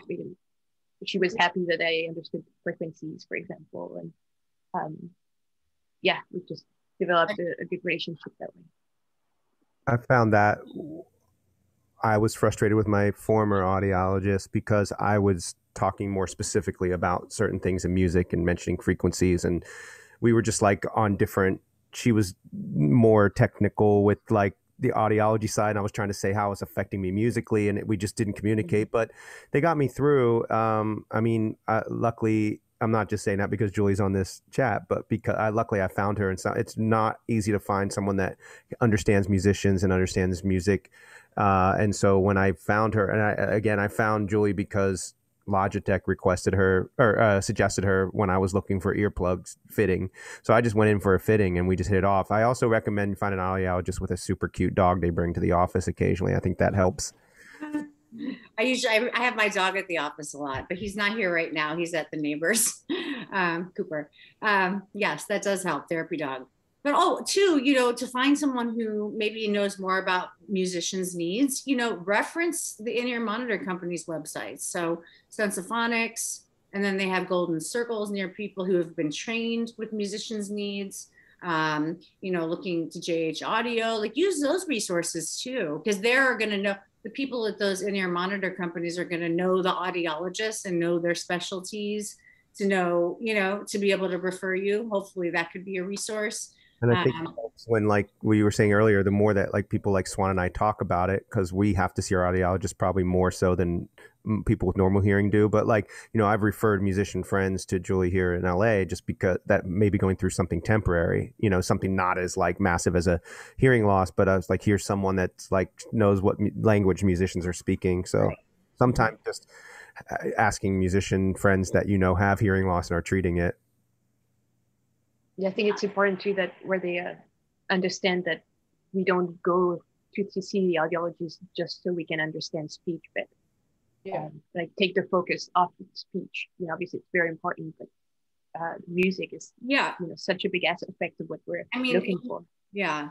And if you can find someone who does test out to 20,000, hertz. That's always great. You're going to be hard pressed to find that. But I actually had someone from New Zealand contact me asking me if I could refer someone there. And I just said, you know what, that came up with the idea of asking the company that makes my equipment who they've sold it to. So I use a Madsen Otometrics. And then maybe that equipment company will know who has that equipment. If their practice isn't like mine, you know, specifically geared towards musicians, right? So maybe that's a way to find someone who does that. I find it really telling. I don't know why it's not a standard to test the whole range of hearing. I really don't. I can't answer that, but it's not. But yeah, sound quality and hearing are two different things. Right. You know, so you want to find someone who, and it's unfortunately it's not as common, but it's just two different things. So I would use the music industry resources, those companies, to see who. I think it's important, and this is a question, you know, how often do you get your hearing tested? Like, if you're not suffering from hearing loss, you're not going to have to go potentially as frequently. So if you're on tour, not necessarily true. Well, I want you to answer that question, but you know, if you are in a position where you're traveling, you could potentially coordinate with a resource that might not be in your town, right, that you could see while you're traveling. And if you're not having to go as frequently, maybe it's worth it, you know? So that is the next question. How often should you get your hearing tested? Should you get your hearing tested even if you think your hearing's fine? And why is that important? Yeah, I mean, if you're a musician or an audio engineer, I mean, I've done talks to AES, and my first question is, how many of you have had your hearing tested in the last 5 years? And like 10 people raise their hand out of 80, you know, and how many of you are audio engineers? Everyone raise your hand. I mean, you want to check your hearing health. So you definitely want a baseline. And then from there, if you are exposed, if you are in environments that are louder, you want to check it annually, because noise-induced hearing loss is sneaky, typically affecting the higher frequencies from about 2,500 hertz, 3,000 hertz to 6,000 hertz first. And if it's a mild notch, you don't really notice it.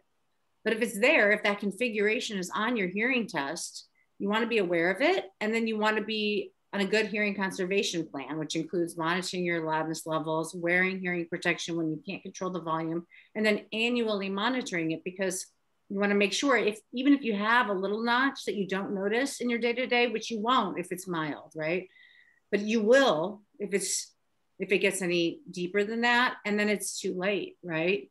So the only way to know is with a discrete hearing test. And you want to be sure, ask your audiologist that they test 3,000 hertz and 6,000 hertz. So typically an audiologist will test 250, 500, 1,000, 2, 4, and 8. But you also want them to test 3,000 and 6,000, because that's where loud sound exposure can affect it. So if there's not a 10 dB gap between those 2 and 4, they typically won't test 3.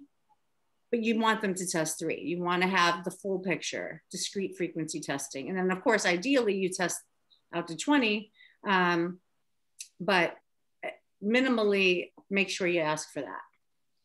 And, you know, in terms of the baseline, I think that's really important. I always equate it when I'm talking to people in the business, like think of it like your annual, as an extension of your annual physical. You work in a high risk environment. It's something you should want to track. It's never too late. Exactly. I mean, it might be if you have hearing, so, but then you still want to conserve what you have, right? So, and that's the only way to know. And don't be scared of it. I mean, I have a vocal booth. I have a whisper room in my office so that people are comfortable getting in it. You know, they feel at home in it. And it, you know, kind of is what it is. So it's better to know than not to know. Someone asked if they could go to, you know, some of those low cost, like free hearing screening clinics. Can you speak to the difference between maybe like a hearing screening versus a full hearing test? Yeah, hearing screening, sometimes they just set the threshold at 25 and see if you pass across the board. They may not find your exact threshold at each frequency. You know, you get what you pay for, isn't that the saying? If this is your career and this is what you're doing, you need to have a discrete, complete diagnostic hearing evaluation, which also typically includes tympanometry, which is the test that tests your middle ear, and acoustic reflexes. And you just want to have a full, complete baseline. You want a discrete test. What's your threshold at each frequency? So, I mean, is it better than nothing? Yeah. And your internist, maybe they'll do some sort of a rudimentary test, but you want to see an audiologist. If I suspect I'm developing hearing loss, should I quit close monitoring or something that requires precise monitoring like mastering? How long would you advise, for how long do you advise wearing headphones, especially someone with a close monitoring job like a location recordist? So you can, well, first of all, it's all about keeping your hearing safe from loud sound exposure. Is all about how loud your environment is and for how long you're there. Whether you're wearing in-ears or it's coming from a speaker, it's how loud, how long. So with speakers, you can do a sound level measurement. And if that's your occupation, I suggest you get one, a sound level meter, measure in dBA, and see how loud your speakers are. And then you can use the Niosh scale for safety. Oh. Let me give you a little. Oh. Yeah, so there's two scales for safety, Osha and Niosh. Osha is for factory workers and Niosh is more conservative. So that's what I use.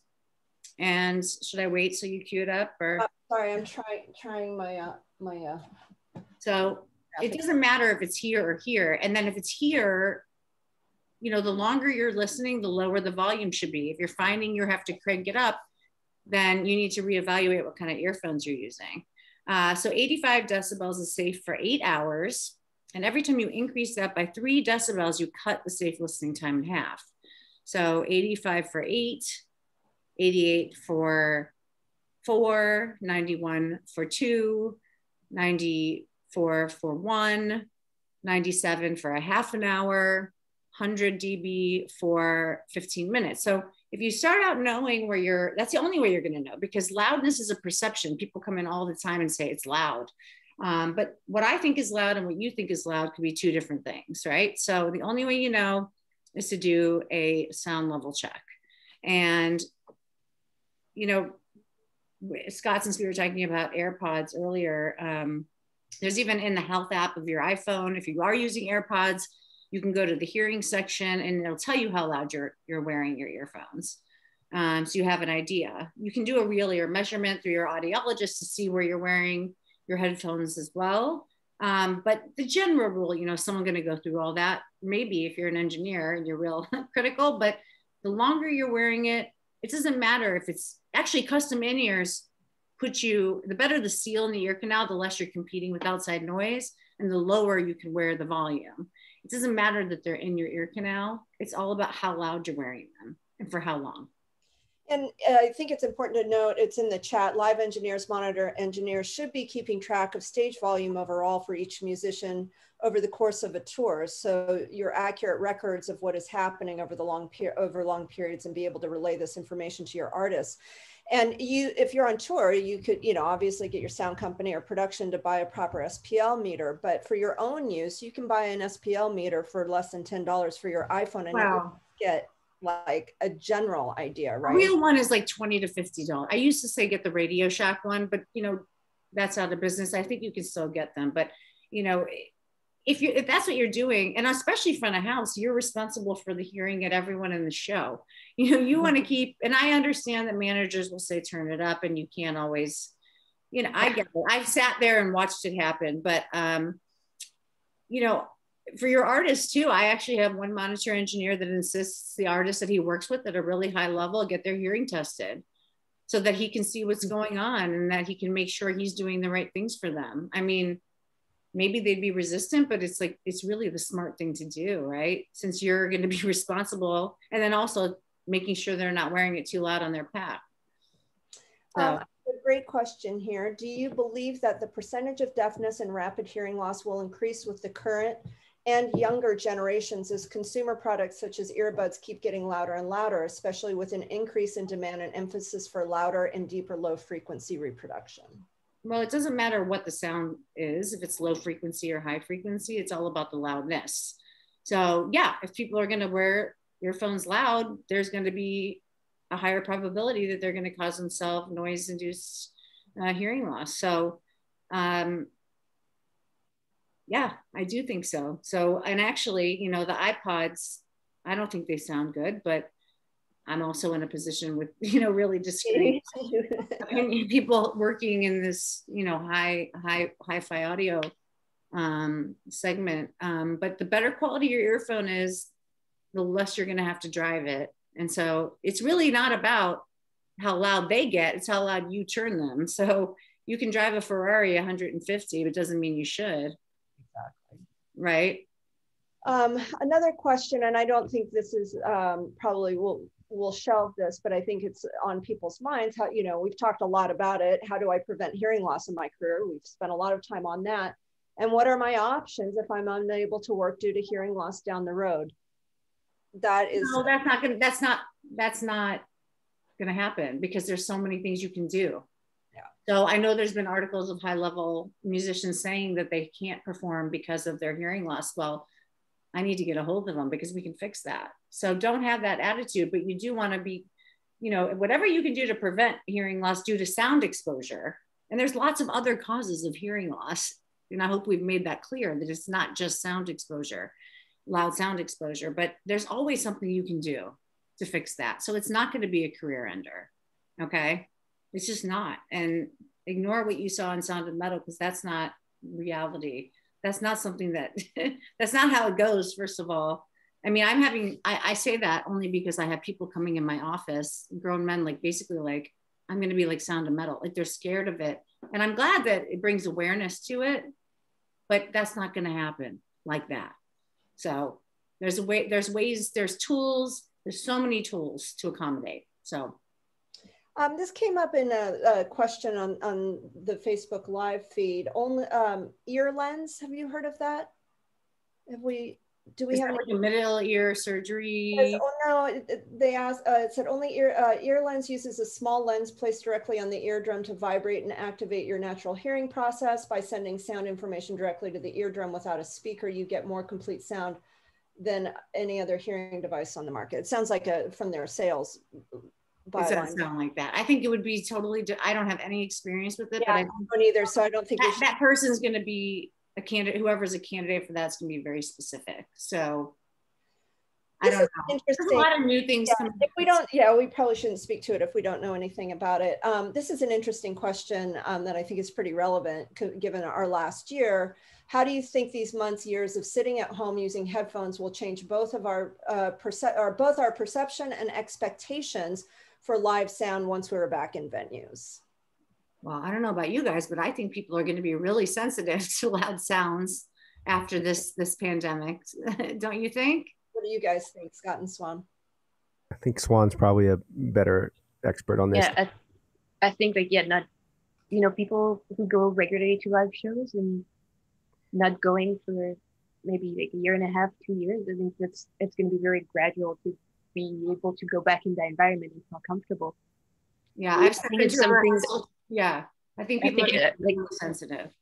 Yeah, I think live engineers are going to have to be very aware of that. And, there's also the anxiety of being in a room full of people, and so if you add loud noise on that, you can have like overstimulation. Yeah, and I think could be not a comfortable environment at all for a lot of people. And I think I do believe that has to be addressed in a way. Like, we're going to ease back in, Well, I think that now is a good time to get ahead of the curve and get custom earplugs, or have it ready, because custom plugs can take a few weeks to get. So have it in your arsenal, be ready for it. I do think I stepped into a rehearsal studio at Center Staging a couple of weeks ago, and I was like, I threw my in-ears in just to soften it. It was like overwhelming because I hadn't been in that environment in so long. So I say be ready for it. Mm-hmm. People are going to be more sensitive for sure. I want to close out. We're almost at 2 hours, and I really want to take a little bit of time to talk about advocacy. But one thing that I think would also be on the minds of people, maybe particularly audio and monitor engineers, is how do you deal with an artist who you either strongly suspect has hearing loss, maybe has hearing aids, refuses to wear them. How do you navigate that minefield? Would you like to answer that? Well, I mean, you just have to, I think you have to, if you have to say, I think that we can make things better for you if we know what's going on, if we can see what's happening and make the right corrections. It's going to improve. I think showing them the benefit of improving, you know, if you're a vocalist, improving things so that, you know, if your hearing is, if we address your hearing, it fixes your voice, or, you know, not pushing your voice as much. You can hear better. You don't have to hit the drums as hard, right? So I just think saying, you know, let's look at this. Let's say, how is it going to benefit you? And just knowing what's going on is just going to be good for everybody. And I think people are generally reasonable to that. If they're not, then at least you've said something, you know, you've covered your base. That's all you can do, right? Is suggest, like, let's do this and let's just see, so we can make the best out of this, the show and the performance for you, right? So making it personal. I would think, yeah, I think oh, go ahead. It can be tricky where you notice that, and like you don't know if the person is aware they might have hearing loss, and like I know I've been in that situation. Like, do I say something and take the chance of maybe offending that person in a way, you know, they're not ready to hear that about themselves. Like, I was in that situation myself, and like the way I've been navigating myself is really like going on stage with the performer. Usually it's singers who really can't sing properly if they're not hearing what they need to hear, and just being there on stage with them, adjusting their monitors until they're happy, and really taking the time to work with them through that, even, you know, without knowing what their hearing loss might be like. But yeah, if you notice you're just cranking everything and it's how you go. Yeah, just like something I remember like teaching my students quite a lot, like, what if, you know, a singer tells you everything is really loud but I can't hear anything? Like, how do you fix that? How do you make it so you don't make it that loud and the artist can actually hear themselves? Well, yeah, so they shouldn't have to. I mean, do they have the right in-ear monitors? Do they have, or if they're, you know, actually wearing for a vocalist, wearing a 9 decibel custom earplug, if they're not on in-ears yet, can actually be a really big help, because you hear a little bit more through bone conduction and take the edge off of sound. You're still in it, you know. So getting the right tools to accommodate, instead of, they should not be cranking it up. No, and yes, and I work mostly myself with the wedges in smaller venues, you know. Obviously that was easier when I could hear the wedge myself, but if they were wearing in-ears, it's impossible to hear exactly what they're hearing if I don't have the same in-ears and all that. So, but yeah, communication with the artist is very, very important. I think there's probably a stubbornness too. I mean, like, just getting people from wedges to in-ears, like on America's Got Talent, we work with a lot of amateur people, and I don't mean that disparagingly. I just mean that they don't have a lot of experience working with great sound, you know? So it's like getting people to say, like, no, I promise you, that the singers will insist on not using in-ears, and then you say, like, I promise you we'll take the time to get it just right to make sure that you can hear, because it will, I mean, I know as a singer, when I use in-ears, I sing way better. If I perform online, I mean, I'm going to do a live gig in a couple of weeks for the first time in a while, and I'm going to wear headphones or in-ears for the whole gig, because just being, I won't oversing, I won't crank my level up. And I think if someone is having trouble hearing, I think you just have to, like, educate them in a nice way, depending on their personality, on like how well you can make it sound and what are the benefits to being actually able to hear better and not just louder. Right. And is there a benefit to you as a monitor engineer, if you do have an artist that has a diagnosed hearing loss and they're open and happy to talk about it, should you ask them for their audiogram, and what can you do with that information? Well, if you have in-ears, you can adjust the in-ears to their hearing test results, but also, yeah, so if that's done, then it takes a lot of the pressure. It's already done that for you. You don't have to over accommodate for it and possibly cause more hearing damage, right? If you're having to turn things up too much. But yeah, I think there's a huge advantage of knowing what someone's hearing is, but then there's also perception, which is different, right? So how you hear it, but that's sort of your job as a monitor engineer, is understanding how your artists perceive sound. But just as a blanket, I mean, hearing loss is what, the third top health issue in the United States. And it's also the one that goes most unaddressed, right? So the more you know, the better you're going to be, the better, easier it's going to make your job, and the easier it's going to make it for them to do their thing, right? Do you think that front of house engineers should be wearing earplugs? Yes, I do. I think that actually I fit front of house engineers with plugs, and we add connecting cords so that they can hang them here. And that'd be nice. Yeah, and they get the monitor mix as they like it, and they put the plugs in, and if they need to, they can take it out, and you can do either a 9 decibel or a 15 decibel reduction. And just to have them there, because yeah, I mean, every other night shows, that's a lot, right? And so having that, and if you put them around your neck, then you won't put them down, you know, because I understand you need to take them out, do the room. But yeah, I think it's definitely important. And also to have a hearing test, because you as a front of house engineer don't want to overdo the highs, right? For the audience, you don't need to. So I think it's crucial. Yeah, like, and a monitor. For everybody, anyone who's in sound is that's your job. Sound, your world is sound, right? That's where it starts. So I think creating more awareness, doing things like this and talking about it, making people aware of how important it is.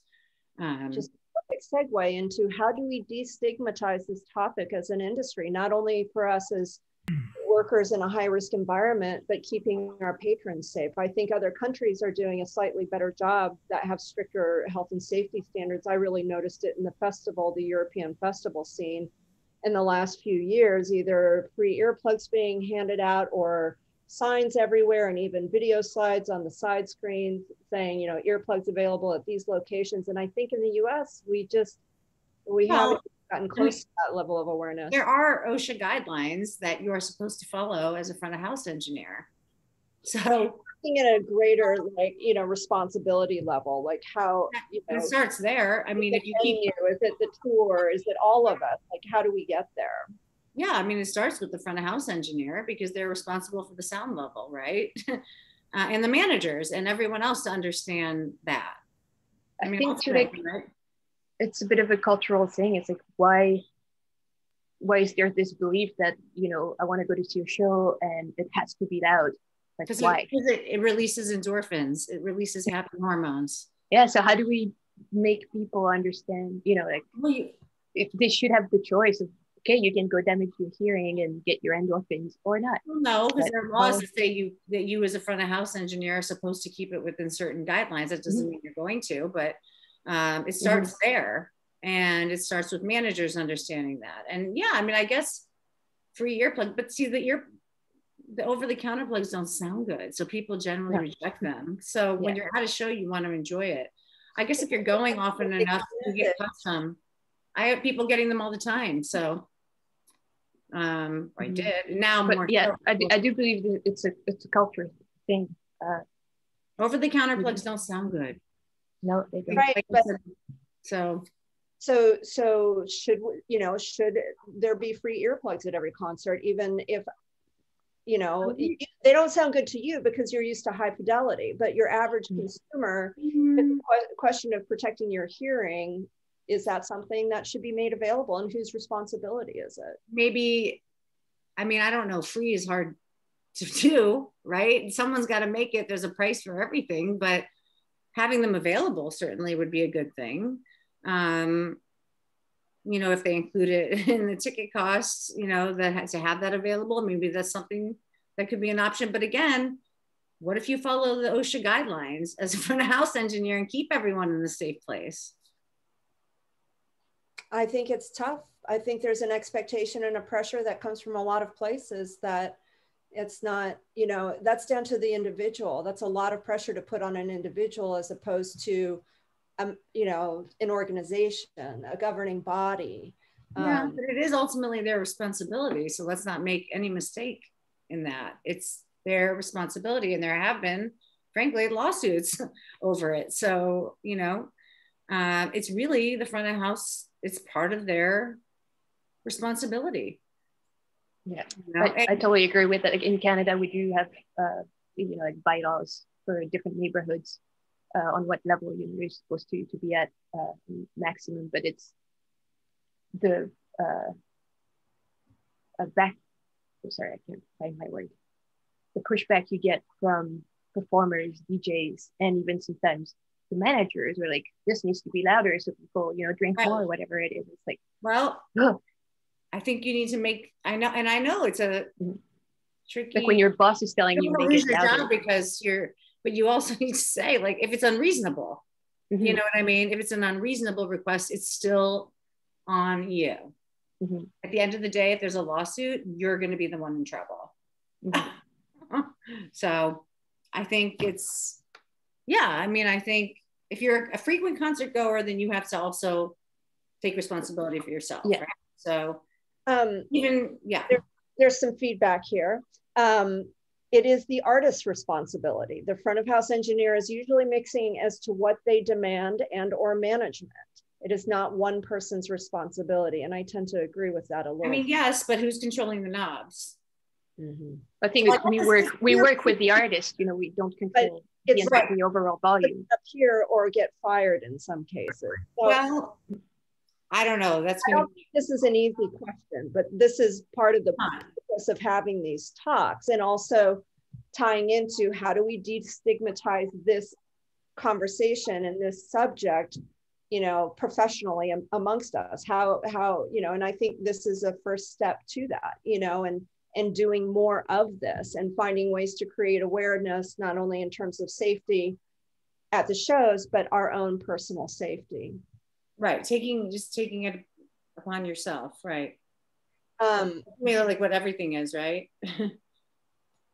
I think that's probably all the time we have.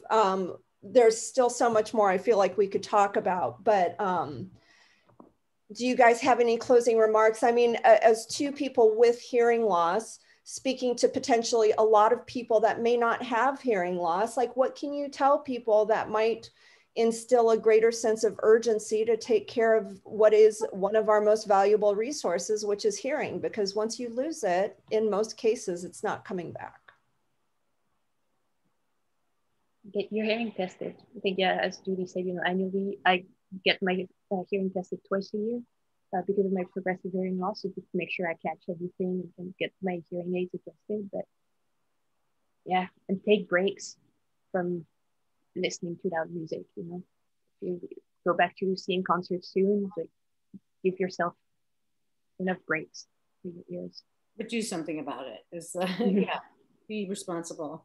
I would say value your hearing, just value it. I mean, like you said, it does not come back. It can be treated, but like just without treatment, it's not just going to come back. And there isn't, you know, there are cochlear implants and there's amazing treatments, but there isn't like quite the equivalent of LASIK, right? I mean, for eyes, right? And I think if it were our eyes, for whatever reason, people just like, you would never walk around. Like if you had severe eyesight deficiency, you wouldn't walk around or drive without, but people will just go through, like you said, on average 8 years without treating their hearing. I think people just need to value their hearing and like really take care of it. And I mean, I struggle with it too. I love having my headphones loud. I have to like remind myself. I do. It's like, I like feeling the music. I like hearing things, and it's tough. It's really, really hard, but you have to take personal responsibility to value your hearing and just understand.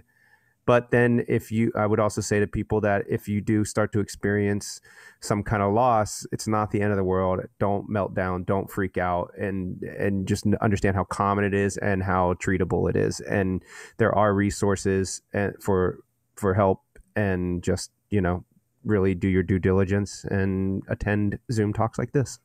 And I want to say one thing as a mother of 2 children that have hearing loss, imploring people out there that do have hearing loss, particularly if you're a person of some notoriety or fame, if you embrace and talk about it openly and honestly, knowing that 1 out of 12 100 children born has some form of hearing loss.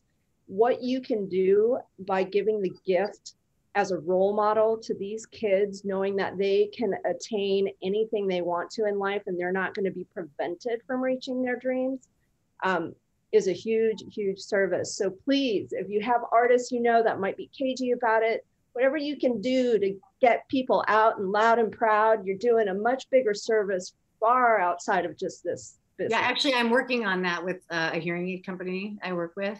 We're right now trying to do that. So if anyone has, you know, any artists they'd like to share with me, we're working on that right now. So, you know, artists like Pete Townsend and Roger Daltrey and Phil Collins even have talked about it. So, and Steve Lukather is actually from Toto, is actually an ambassador for Widex, the company I use, talking about technology and talking about hearing. But it's not just about that, it's about hearing conservation. So if anyone has anyone they think would be a good person, and thank you for saying that, I think if you see someone else, it makes it okay, you know, and know that you're not alone. Because I was going to say, other thing is, like, if you're a normal hearing person, just have patience with people around you that do, you know, and just try to be sensitive. Like, I can handle jokes. I have a tough skin, and, you know, it depends who it comes from with any context of joking about someone. But I think, like, just be aware. It's not always funny to mock hearing and belittle it, even though, like, sometimes in our discourse, it just seems like, I mean, I had a friend comment when I posted this webinar on my Facebook, someone wrote, huh? You know, like, and it's a friend I know. But if I didn't know them, it would just, you know, I think you just have to we have to be sensitive to, if you're a normal hearing person, just be sensitive and patient with people that aren't. And just, you know, don't, if you have to repeat yourself a second or a third time, try to control your exasperation with, you know, and also. I agree. And I think too, with wearing the face mask for this past year and a half, I don't think people realize that that's what hearing loss is like. So the trouble you have hearing people, even if your hearing is normal, wearing a face mask, which I call a low pass filter, that's what it's like. So everyone's actually experienced it this past year and a half. You know, and then you don't get visual cues, which makes it harder, but that's what it's like. So, you know, how frustrated you've been when you haven't been able to hear what that's what it's like. So if there's anything positive that also could come from that too, besides preventing spread of disease, it's that understanding what it's like to not be able to hear clearly, and know that that's, you know, it's nothing wrong with you as a person. It's like putting on the glasses to see more clearly. So awesome. Well, thank you everyone for your time. I think this has been invaluable, and hopefully we can do many more of these to come. And thanks for everyone listening and watching. And thank you so much. Thank you. Thank you for having us. Thanks, guys. Yeah. Have a good day. Bye. Bye.